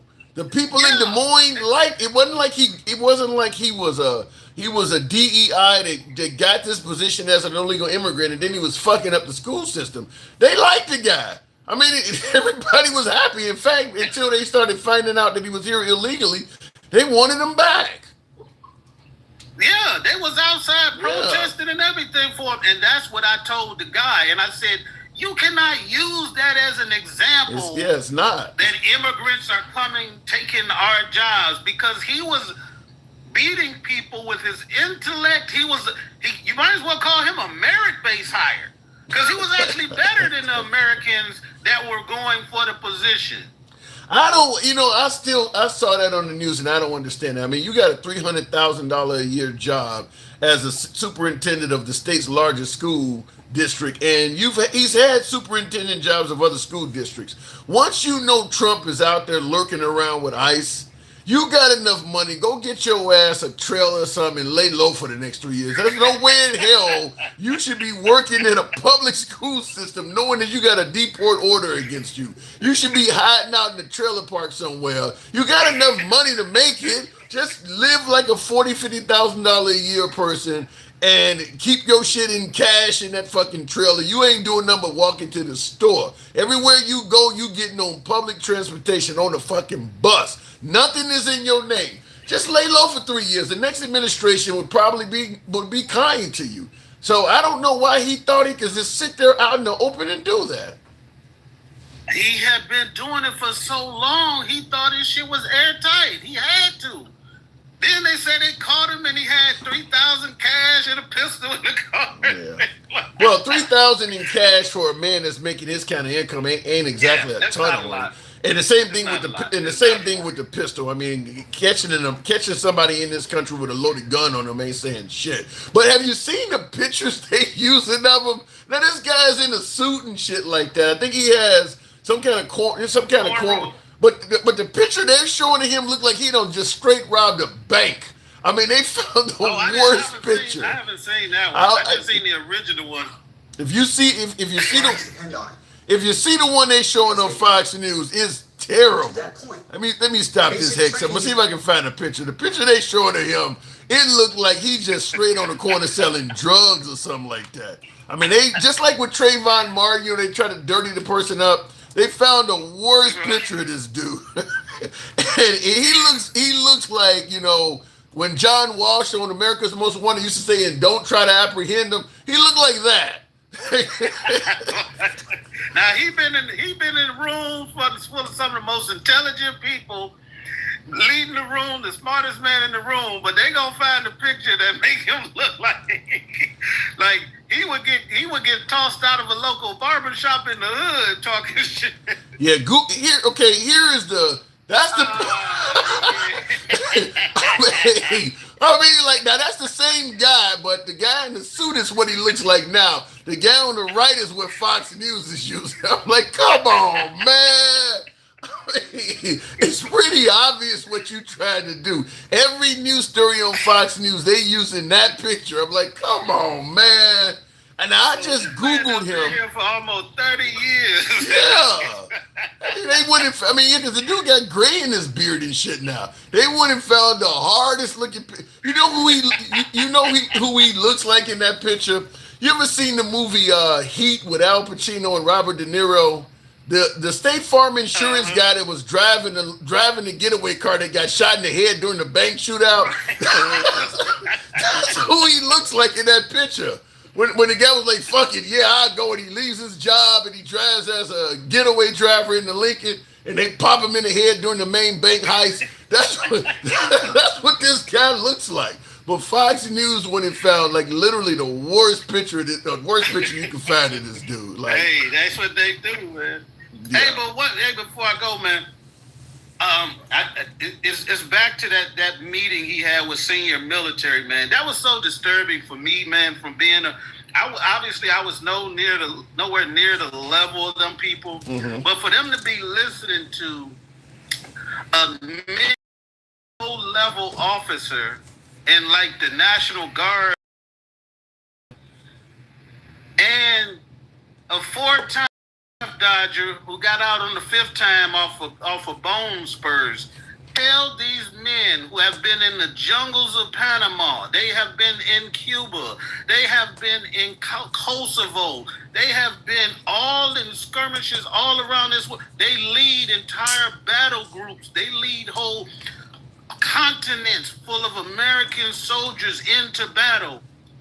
Listen to them tell them what military ethos, what do they call it? The combat ethos or the warrior ethos is. And this dude is on goddamn TV, can't even do damn pull-ups correctly. I saw that video. I have seen that. And by the way, he made it clear they had to be so insulted, man. Yeah. He also sounded like he made it clear that some women are not going to be able to qualify for some jobs anymore because he said, we might have to go back to the male standard or whatever. So, it to me looked like a bad case of you don't respect your elders. I mean, the way he talked to them, and like you said, he's not the right messenger. It's not like he's some kind of decorated war hero or something like that. Like, these people have served twice as long as you have, and they're still in. And you coming through and pretty much telling them how to do their job to that level, it was mad disrespectful, as somebody said in the comments. He could at least had the leader of the Joint Chiefs of Staff, who was handpicked by Trump, have him present this stuff. Not the old drunk dude off of Fox News. Yeah. Well, and then guess what they're getting ready to do now? What? They're getting ready to have random polygraphs for senior members, for them admirals and stuff. So they are looking for loyalty. Loyalty. That's a loyalty test. Wow. So they're gonna start getting rid of people. They are, and I hope as many of them try to stay because, like Jack Nicholson said in that movie, A Few Good Men, we need them on that wall. We need some of them brave men to be in the breach, man, to protect their soldiers. They talking about now we gonna let them put hands on the soldiers now. They don't understand that ship is passed. But here's what I don't understand though. Why don't MAGA see a problem with that? When you start talking about giving top brass polygraph tests, I mean, the writing's on the wall. You intend to fire some of these people. You're looking for reasons to make up excuses to get rid of folks. We know. I mean, you wouldn't let Pete Hegseth or Trump get a polygraph. They're not going to pass everything. So we already know the writing on the wall. What questions do you think they're going to be asking them? Like your job as an admiral is to make sure that your command is ready and prepared for whatever the mission that the president puts to you. It's not to decide whether you like his mission or you agree with him politically. That has nothing to do with it when you're in the military. You're not doing it because a polygraph is not even admissible in court. Like, why even do that? I mean, you're not supposed to be able to take any real actions based on a polygraph. And as a high-ranking general, you're not about to disrespect me and have me answering questions by some dude asking me, am I loyal to the president? I'm loyal to the Constitution. That's it. Yeah. Not only that, but if they give them polygraphs, I mean, a polygraph is only as good as the guy administering it. So, I mean, that guy can make up any story. Yeah, and look, if you want to get rid of somebody, give him a polygraph, and I need you to make sure that he don't pass it. As simple as that. When you hand me the printout, make sure and that's it. So it's simple. It's simple. They can get up there and say, "Hey, is your loyalty to the Constitution or the President of the United States?" They know what it's going to say. That's going to be enough for them to say, "Well, this guy is not loyal enough, and he's got to go." Is any of that getting rid of top brass? Is any of that in Project 2025 or Agenda 47? Because that's real frightening. I'm not sure, but I know having total control of the military has to be a part. If you're going to, because the military is what gives the president his strength to be able to do what he's doing. He told them we're gonna stop concentrating outside and we're gonna start looking inward. He's telling these generals who spent their whole lives trying to prepare America from foreign attacks. He's trying to tell them now, don't worry about China and Russia. We need to start attacking these Americans. He said we're being attacked from the inside. Yeah. Where? Where are we being attacked? He said Portland was a war zone. So I don't know, man. And they showed on TV that somebody was showing him pictures from back when they was doing the Chaz and that kind of shit like that. But it wasn't. They was showing them from 5 years ago. From 5 years ago. There was no timestamps on it. So whoever was showing them, he thought that was happening right now.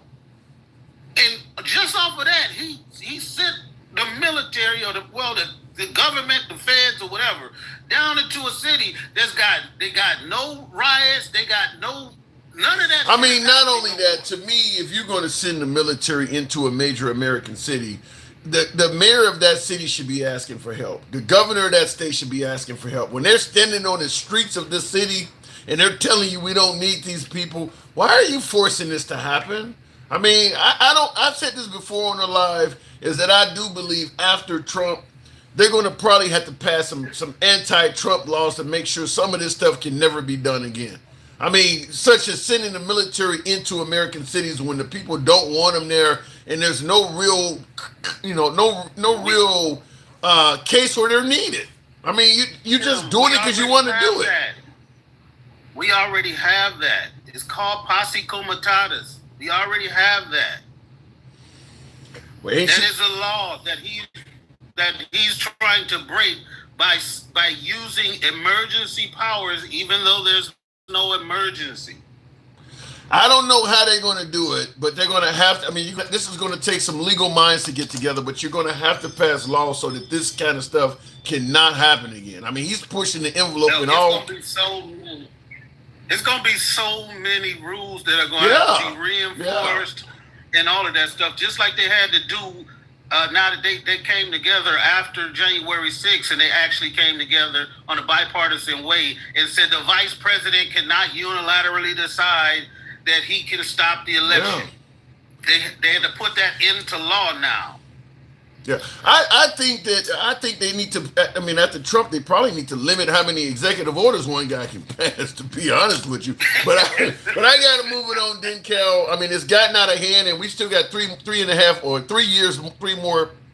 more years and a few months left. So there's a lot more work to be done from the Trump administration. But appreciate you coming in, man. All right, take care. You too. All right, moving on with the program, and I understand what he's saying. You know, he has a full ride in the military, and he's watching top brass people that he used to respect while he served being treated like that by Pete Hegseth. I can certainly see or understand how you would feel about something like that. To see Pete Hegseth walking around in a room full of generals talking down to all of those folks. I can see how that could be an issue. The only people that can stop him is his cabinet. I mean, it's hard to do anything if you have laws on the books and the people are willing to just step aside and let him do as he may. Like, for instance, when the president when he's in office, okay, he has immunity. You can't sue him and things like that, okay? So in my opinion, he shouldn't be able to sue other people either. I mean, like, he's suing, you know, he got an out-of-court settlement with, I think it was YouTube, Google, they're all the same thing, for $24 million the other day. He's gotten money from the ABC network. I mean, he's suing companies. But And by the way, he's suing them for stuff like defamation and things like that. But the problem is, Trump can defame you all he wants, and you can't sue him. I don't. To me, that's some of the anti-Trump stuff I think they need to pass. If the president cannot be sued, the president cannot sue others. Period. Because Trump is saying all kinds of shit about people that's not true as well. I mean, he's blaming every act of violence on the radical left, even before the killers are caught. Like with Tyler Robinson, they didn't even know who had did that to Charlie Kirk yet, and Trump was already saying the radical left. So he is in a position where he can defame others and not be sued. But if you defame him, he can come after you. That ain't right. That ain't right. If you can't sue the president because he's busy running the country, he should be too busy running the country to go after people and sue them like that. I mean, he's constantly saying CNN is fake news, and one of the things he says, which is clearly just flat out false. Every time I say something, they turn the cameras off. You'll hear him say this at rallies. Every time we say this, CNN don't want to report it. There goes their lights. They turn the cameras off. When I was at his rally, I heard him say that because, we're at the rally and there's a whole bunch of cameras on a platform behind us aiming at him while he's giving a speech, and CNN, they had a CNN reporter there. And he said something, and he's like, see, the fake news, their cameras, their lights go off. That's not true. They filming the whole thing. He said it today. I heard him say that. I'm listening to CNN on XM radio while I'm at my day job, and I hear him say, "See, CNN, they turn their cameras off." I'm like, I'm actually watching them on CNN. They ain't turned shit off. So he can sue you for defaming him, but he can accuse networks of not reporting the news when they're clearly reporting it, and ain't nothing they can do about it. I actually think that you should not be able to sue someone as president. Do it once you get out of office, but you should not be able to use the power of the presidency to sue people, because obviously it's going to give them the incentive to settle out of court. Because if Trump sues you, you either cave in and do what he wants, or he's going to start passing laws to prevent you from doing business, like the law firm that defended Hillary Clinton during her Benghazi type shit. Once Trump became president, he went after that law firm, and they ended up having to give, I believe, well over $100 million in pro bono work or something like that, because Trump was going to actually remove their access to federal buildings. So the law firm has a lot of clients that are dealing with federal cases and shit like that. Well, if he removes all of you folks having access to federal buildings, none of y'all can walk in a federal courtroom and defend your clients. So he could essentially just bankrupt that company. So they had to cave and pay him. Because if you don't, he's going to use the power of the presidency. You shouldn't be able to do that. You shouldn't be able to do that. If you got a case against him, you make it in court, you either win or you lose. You don't get to pass laws from the Oval Office to go after your adversaries like that. But that's what he's doing. So they have no choice. They got to settle. If you don't settle, he's going to, now in the comments you say, King, they all settled suits he would have lost. Yeah, I do believe that. Same thing, the CBS lawsuit about editing a speech, I believe, by Kamala Harris. And you had all the reporters saying they never release speeches in their entirety. The editing they did to Kamala Harris, the 60-minute special, they do that to everybody. But either you cave to Trump, or he's going to do something on the back end to hurt your network, hurt you personally, whatever the case may be. That shouldn't be allowed. That should not be allowed to be done. So this is what I'm talking about. They're going to have to pass some anti-Trump laws going forward, because he's using the power of the presidency to neutralize people. I mean, shit, even internationally he's doing it. You had the former head of Brazil charged and convicted of trying to stage a coup in that country. Trump was a fan of the guy. Trump likes the guy. So because they were trying to prosecute their leader in their country, Trump threatened them with 100% tariff.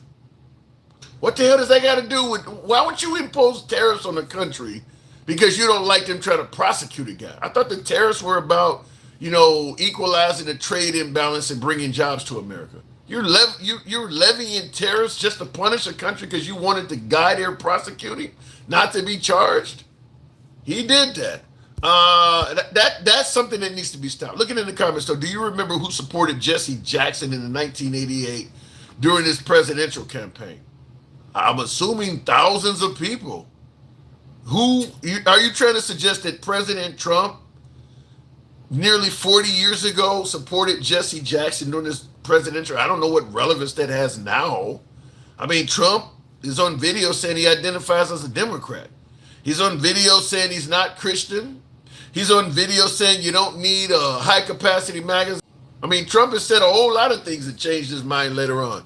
If he supported Jesse Jackson back in the 1980s, that's where he was back then. He's a different guy now. He would not support someone now with Jesse Jackson's politics. That was what he did back then.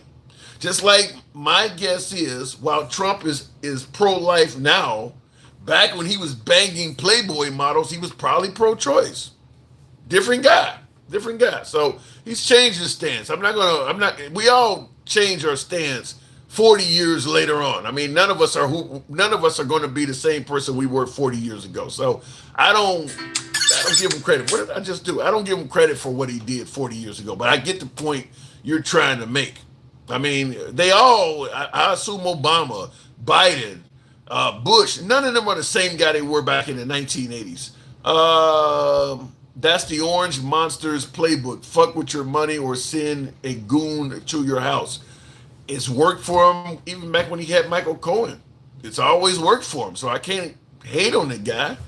He's using what has worked for him the whole time. He's always been able to have a cleaner or somebody to send out and make things happen. So he's now that he's president, he has a whole lot of goons that'll do his job for him. It's sad that people are happy about what he is doing to this country. I don't know if they're happy about it. I don't think they all realize what it is, or they believe what he is doing to this country is going to benefit them. So you're getting a different standpoint from different angles. I don't know what happened. I think my phone just died. TikTok. I see that dance. I don't know what just happened with TikTok. I think my phone died out, but because I was about to go to the next caller, and next thing I know, it went black. So I got it charging. Michelle is the guy back on the 90s. Michelle is the guy back on the 80s. What do you mean by that? I'm looking in the comments. Tariffs are paid by the American consumers, not the country. That's what all the financial analysts are saying. But the Trump administration tends to say the tariffs are paid for by the companies. I know it doesn't make sense, but they believe it does, so we'll leave it at that. Anyhow, folks, my TikTok feed went down. I don't know why. I think my phone died, but can't believe we have a border, law and order, and a president who is pushing peace and prosperity. It's terrible, isn't it? I think you're adding some things in there, Jack the Ripper. I think you're adding some things in there. You're saying that can't believe we have a border. Yes, Trump is certainly doing a good job on securing the border. Law and order, not so much. Not so much. I don't believe Trump is securing law and order until I know what's on the Epstein list. He may be a lawbreaker for all we know. I think we're excusing the fact that Trump himself may be on the wrong side of the law. Also, he says, and a president that is pushing peace and prosperity. I don't think he's pushing peace and prosperity in many parts of the world. He's bragging that he ended 8 wars. Everybody knows that Netanyahu could not have done what he did without America. Everybody knows that. That war could have ended a lot sooner if Trump really wanted that war to end. When you're talking about you're going to take over Gaza and make it the Riviera of the Middle East, that ain't pushing peace and prosperity. I think you're overlooking some stuff. There's nothing. When he started out by telling the Ukrainians that they started the war with Russia and they were flirting with World War III, that wasn't pushing peace and prosperity. Now he's completely changed his stance and now he's favoring Ukraine. But when he first became president, he got reelected, he was blaming the Ukrainians for starting the war. So, no, that ain't peace and prosperity. I think you're skipping over stuff to make that point. Maxwell coffee is up to $32 for a large container of coffee. Damn. Shoppers are paying the tariff put on Brazil coffee beans. Yeah, the tariffs are going to be paid by the citizens. That's a guarantee. I mean, once those countries impose reciprocal tariffs, you don't expect businesses in this country to eat those tariffs for very long. Yeah, it's going to get paid by you and I. That's guaranteed. Um, Russia, Epstein is it's Kavanaugh all over again. Don't know how, where. I don't know what you're saying there. Barney Fife, but listen, the Epstein thing. It's interesting. You say Russia, Epstein. It's interesting how Epstein got so downgraded once Trump became president. But when everybody thought Oprah and Tom Hanks was on the list, and Dan Bongino and the head of the FBI, Cash Patel, they all wanted Epstein. Now all of a sudden, Epstein is 100% irrelevant. How did that happen? How did that happen? That doesn't make sense. You can't put that in Russia. There's something more to that. No way Kirk's neck stopped that bullet. What are you saying? Charlie Kirk, you're saying something else happened there? Charlie Kirk has a video out there. I've been trying to figure out what I'm gonna do with it, where I'm gonna post it, but there's a video out there of Charlie Kirk saying that Israel had a mandate and they were gonna take the Palestinians' land. And he's talking about the Epstein list.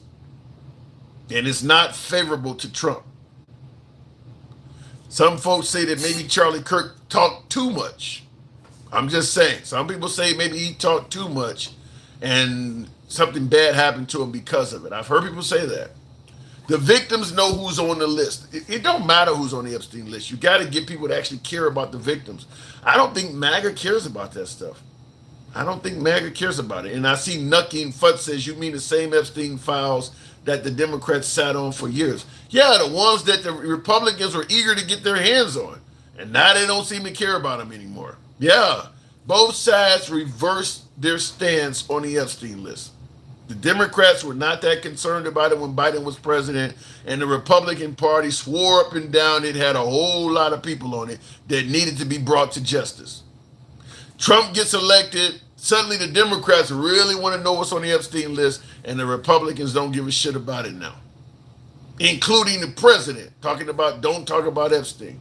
So both sides play games with it. Both sides are doing that. I agree with you, a flock of morons. I saw you on Instagram. He must have disappeared, but I saw you. I was about to bring you up. He isn't king of the world. That war was already started by November when he was elected. He has talked about it. He wants it over, but ultimately it's up to Russia and Ukraine. Y'all are blamed. No, he did way more than talked about it. He got in office and he literally flat out blamed Ukraine for that war. Flat out blamed Ukraine. Was speaking favorably of Russia constantly. Flat out accused the Ukrainians of starting that war. Completely wrong. Continued flirting with Russia, inviting them over to this country, saying all kinds of good shit about them.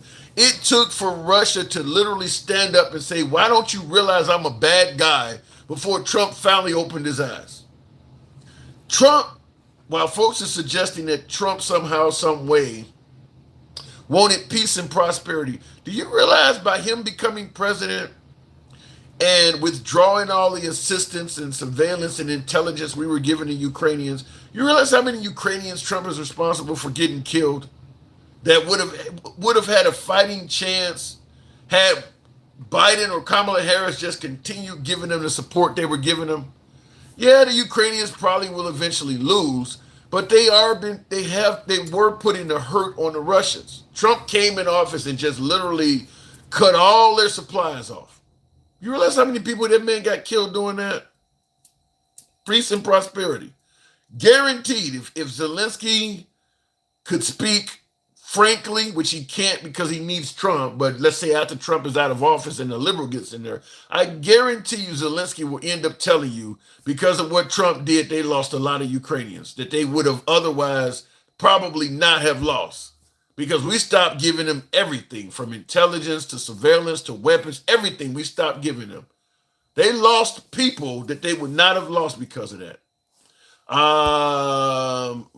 No comparison. Nobody cried about the fouls nearly as much as the Democrats do now after literally having the foul. That ain't true. I don't agree with that knucking futz. I'll tell you why. Dan Bongino and Cash Patel, they literally made an internet career talking about Epstein. That's all they were talking about. They were knee deep in that shit about how much they wanted to get access to those files. Candace Owens was doing a lot of it. There's a few other podcasters, but Dan Bongino and Cash Patel really made a killing financially off of constantly talking about that Epstein stuff. So I disagree with you when you say that nobody cried about the files nearly as much as Democrats. They were really talking about that shit a lot until all of a sudden Trump got elected and put them in a position of power where they should have been able to get the files, and now they're providing nothing. So I disagree with you. Both sides wanted the files when the opposite side was in power. They're all playing games and they're all playing in our faces. I agree with you, Flock. I agree with that 100%. And the president led everybody to believe that if he became president, he would expose the deep state, he would drain the swamp and hold the elites accountable. Everybody believed that if Trump became president, you would know what was in regards to that Epstein stuff would come to light. There is no way in hell this time last year, October of 2024, I would have been able to convince anybody on the MAGA side of the aisle that supports Trump. I would have not been able to tell them, a year from now in October 2025, you're going to still be wondering what's in the Epstein files, and Ghislaine Maxwell is going to be sitting in a minimum security camp. Nobody on the right would have believed that. Nobody. That her situation, that once Trump becomes president, her lifestyle in prison is going to be upgraded to a minimum security camp. And you're still not going to know what's on the list a year from now. MAGA would have, and I'll tell you something else.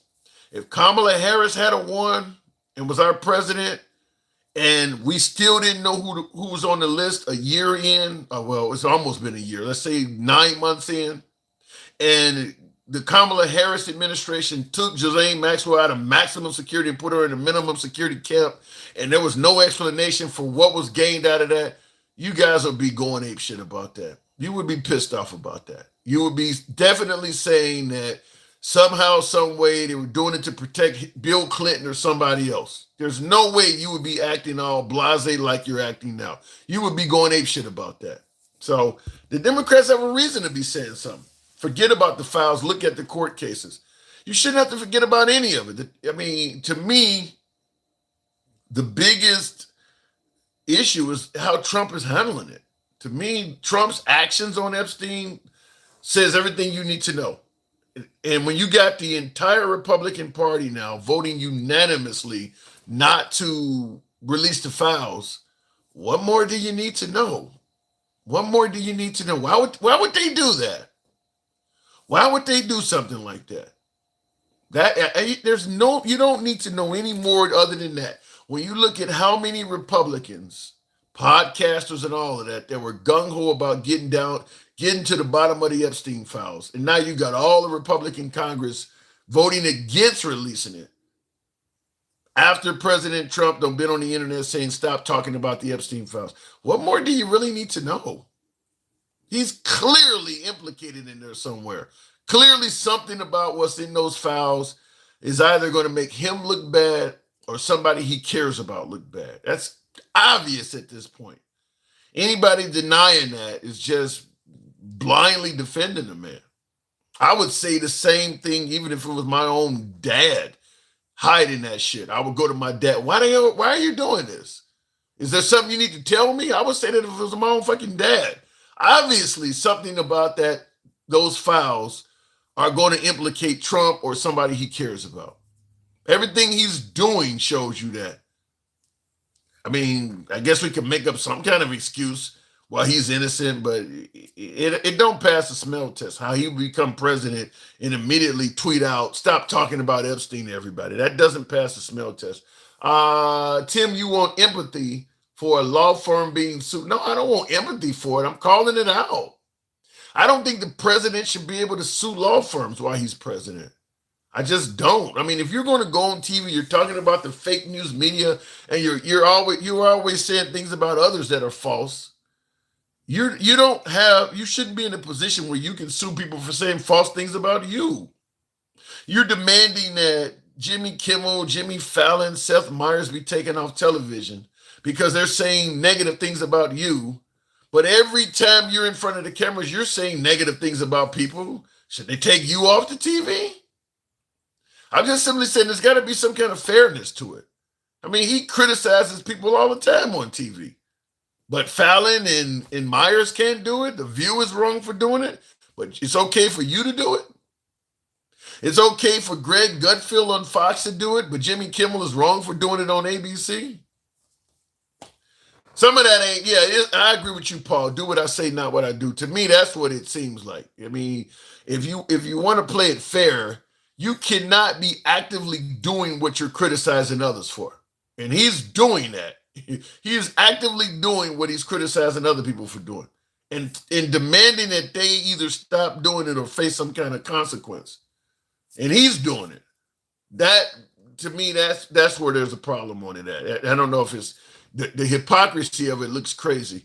Don't worry, Trump will slip up. No, I think Trump's going to ride off into the sunset, a very wealthy old man, and he's going to live a nice life. I don't think Trump's going to ever be face any. I think he's going to be fine. I don't think he's going to face any kind of punishment or accountability. Because he does have the right to just pardon himself on the way out of office, which he probably will do. If he leaves office, he'll just write a very lengthy pardon for him and everybody he knows, and that'll be it for it. So he'll be fine.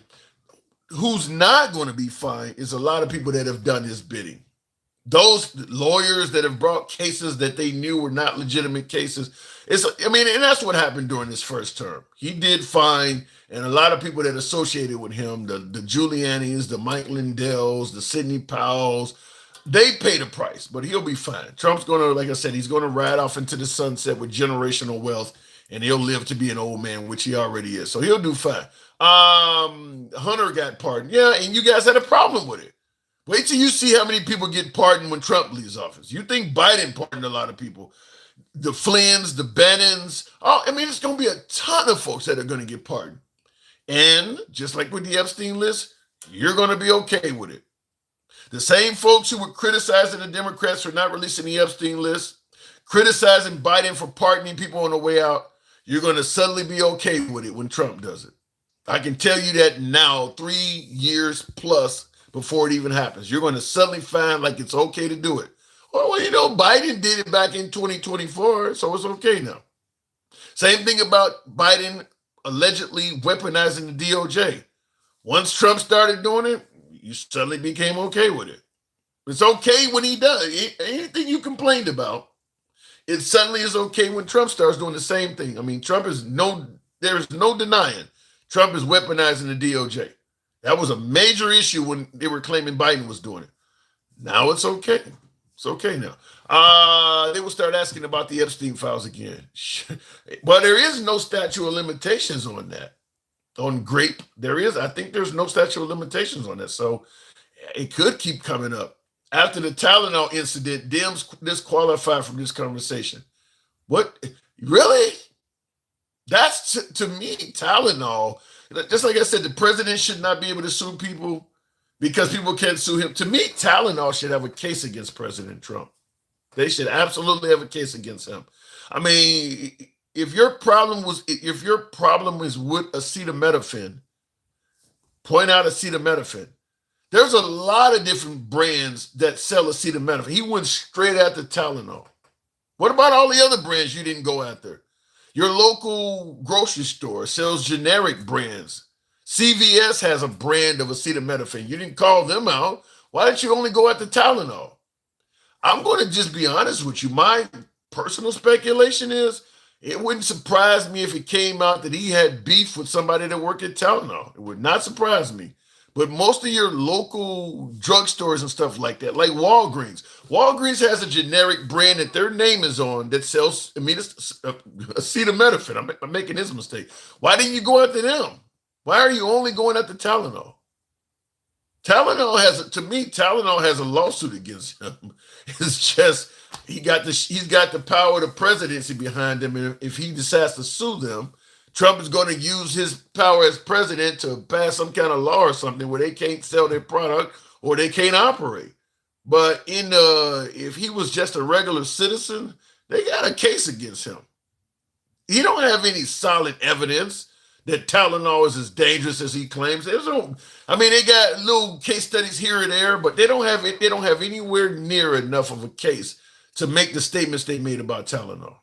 And obviously, we all know Tylenol has a lengthy history of success in this country. So they have a case against him. Tylenol does. Maybe they'll wait until he's at their office and go after because when he passes away, you can still go after his estate. You can still you can take the money from Barron or Don Jr., whoever gets his inheritance, go after his estate. You can go after Melania. All of them are rolling off into the sunset with a fortune. But to me, Tylenol has a case against him. And I see in the comments, William says Tylenol will wait until he leaves office to sue the government because these companies scared. Yeah, I believe they do have a case against him. And I do believe it might go down just like you said, where they may just wait till he's out of office, where he can't use the power of the Oval Office to take revenge on him. Because if a liberal gets in there, a liberal is going to let that case go wherever it want to go. So if you get a liberal in there, you're free to sue him. And I believe that absolutely will happen because he went way too far, in my opinion, in regards to what they said about Tylenol. Him and Kennedy, they don't have any evidence of that. That was just a case of ignorance. Yeah, it's a case of ignorance, but it cost Tylenol probably millions of dollars. Their stock dropped huge. I think they lost like 25% in stock value the moment that was said. So they got a huge case against him. It don't matter if he pardoned black people. If they were wrong, they actually should have went to prison too. Wrong is wrong. Don't justify your crap. Yeah, I don't disagree with that. Trump won't be around much longer. Well, shit, he's 80 years old. He won't be around 15 more years. But he could literally be 90. Obviously he has the best health care imaginable. So he may make another 10 years. It's not impossible. Ted Cruz said people need to stop attacking pedophiles. Somebody else brought that up earlier.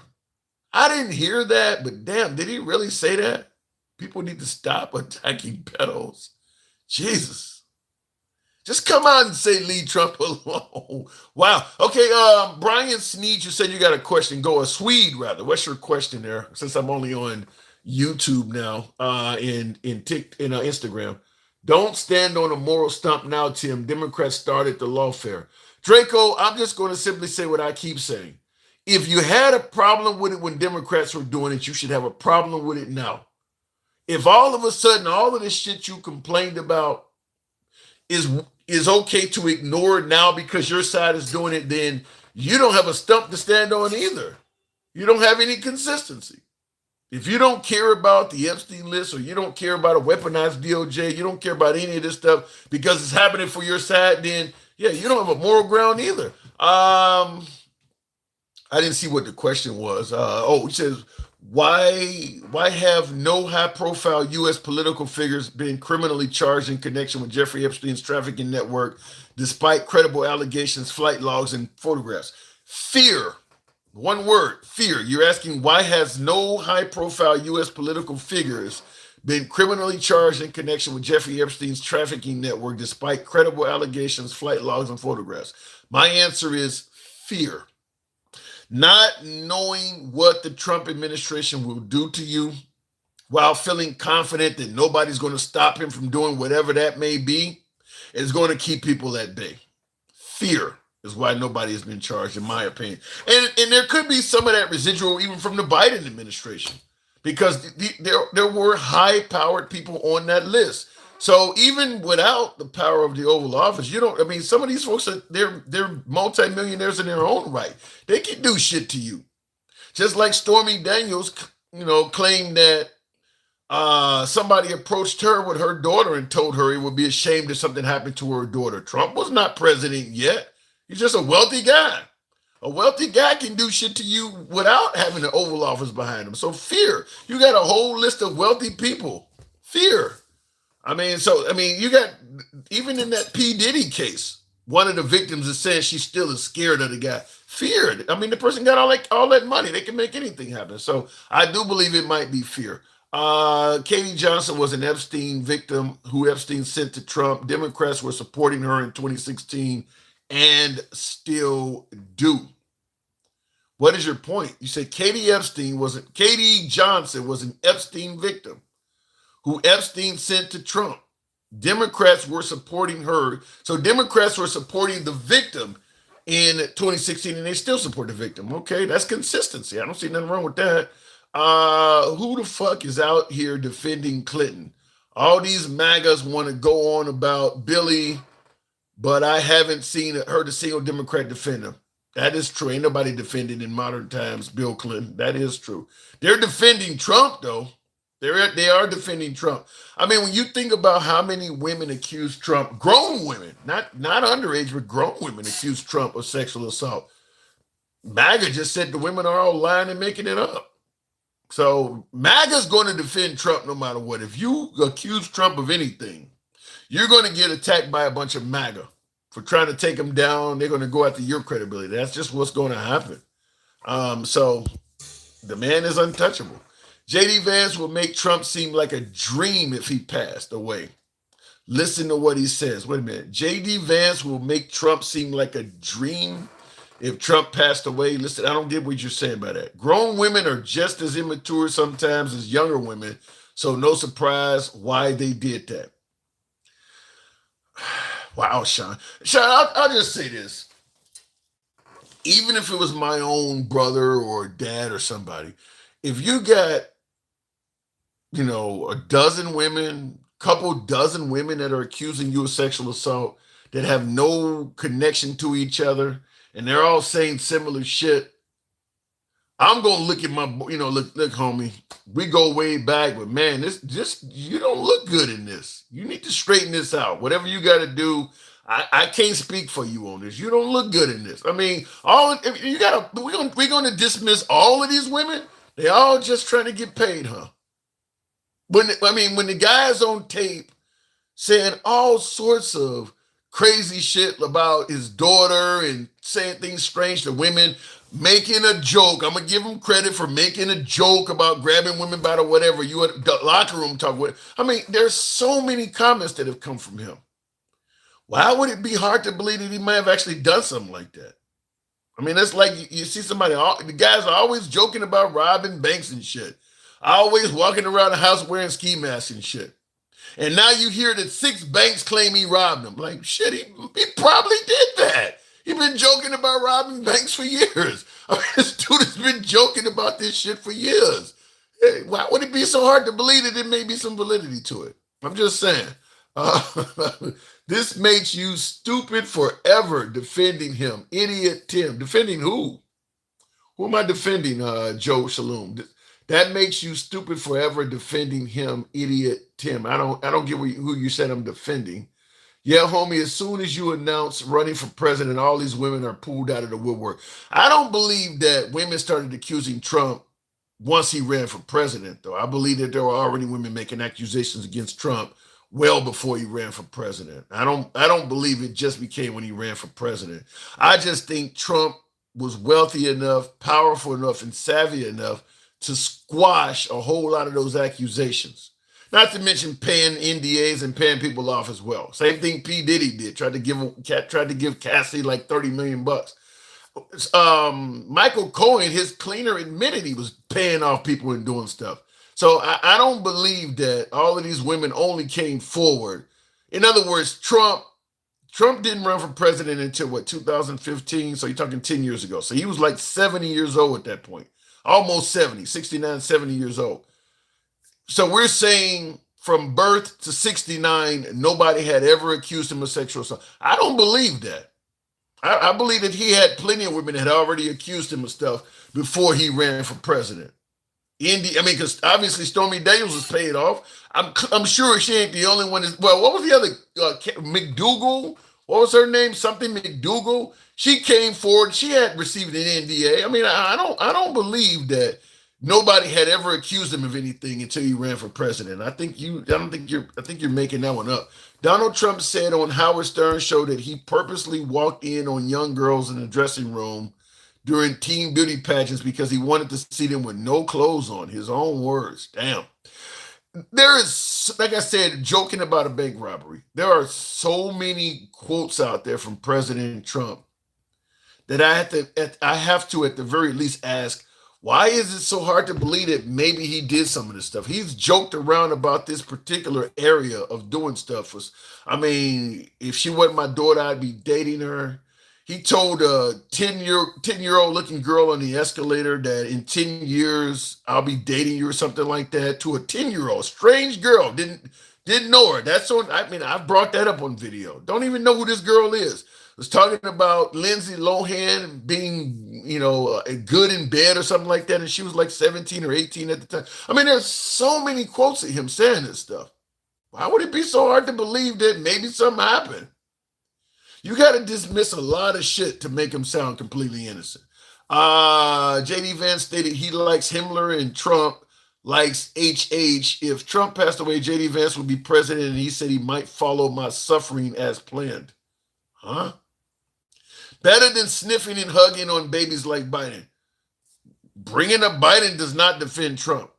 That does not, if they may both have done some bad shit, but bringing up Biden is not a defense of Trump. He killed 2 people, Your Honor. I only killed 1. That ain't a defense for you killing 1. So bringing up, you can bring Biden up sniffing babies all you want. That ain't a defense for Trump, though. It's, as you say, it's terrible. It's a deflection, but it doesn't defend Trump. I mean, you can bring up the diary that his relative had or something like that about Biden. None of that defends President Trump. Epstein survivors claim children didn't arrive to the island by boat or plane. Hence, Ghislaine Maxwell had a submarine license. Here's my take on this whole fucking Epstein Island shit. I don't like the idea that you got to be on a flight log to be viewed as a suspicious associate of Jeffrey Epstein. Look, the guy had a ton of money. He had apartments and places to live in the United States. He had basically a pimp on standby in Ghislaine Maxwell. If that dude is laying in bed in a posh hotel in Chicago or in Manhattan somewhere and he gets horny, you think he really has to go all the way to the island and score? You don't think Ghislaine Maxwell can find him somebody to do what he wants to do with in Chicago or in Hollywood or in Manhattan? That dude was doing shit on the U.S. mainland. It wasn't just on the island. Everybody thinks that the only bad stuff happened on that island. No, that dude was doing stuff on the U.S. mainland as well. So anybody that was routinely hanging around that dude, you're not disqualified just because you didn't go to the island. If you were hanging around him at parties and shit like that in the United States, it's a good chance that some of that shit was happening at the after party. They weren't flying back to the island every time that dude got horny or wanted to do something. No, that shit was happening here too. You got a pimp on standby and you got infinite wealth. You don't need to go to the island all the time to make that happen. I don't buy that. How about the Texas baby farm? Did you hear about that? Yes, I did. That is awful. Yes, I actually did hear about them getting caught doing that. Nasty stuff. Yeah, Malcolm in the Middle coming back is going to be weird. I don't know what that means. But yeah, there's no way in hell I believe that you had to be on a flight log. I'll also say this too. Most of the high rollers that were hanging around Epstein, they got their own method of transportation. Yachts, helicopters, jets. They don't need to be on his plane to get to that island. They just need him to tell them where to pull up. Where's the dock for me to put my yacht? What runway should I land on? They don't need to be on his plane. So you can check his flight log all you want. That ain't telling you the hotel. That ain't telling you the whole story. You think that nobody else was landing any of their aircraft on his island? Only his plane came and went. None of his friends and associates landed any of their aircraft or pulled up any of their yachts to his island? The flight log ain't telling you the whole story. I can tell you that all of the people he hanging around got their own transportation and shit. So they can get there, do what they need to do, and never appear on his flight log. Refuse fascism, November 5th, Washington, D.C. spread the word. Is there going to be a protest in D.C.? Trump may have to squash that. We'll see what happens. America is sick, says Matrix. Yikes. Anyhow, folks, as always, you know I got to do what I got to do at my day job. We remain MAGA friendly. We don't block, ban, or censor. Follow the program if you're on Instagram. Give your boy a sub if you're on YouTube. But nevertheless, I got to get my ass up early. I'll catch you guys tomorrow. Drop your boy a sub. Enjoy talking to you. Got to go.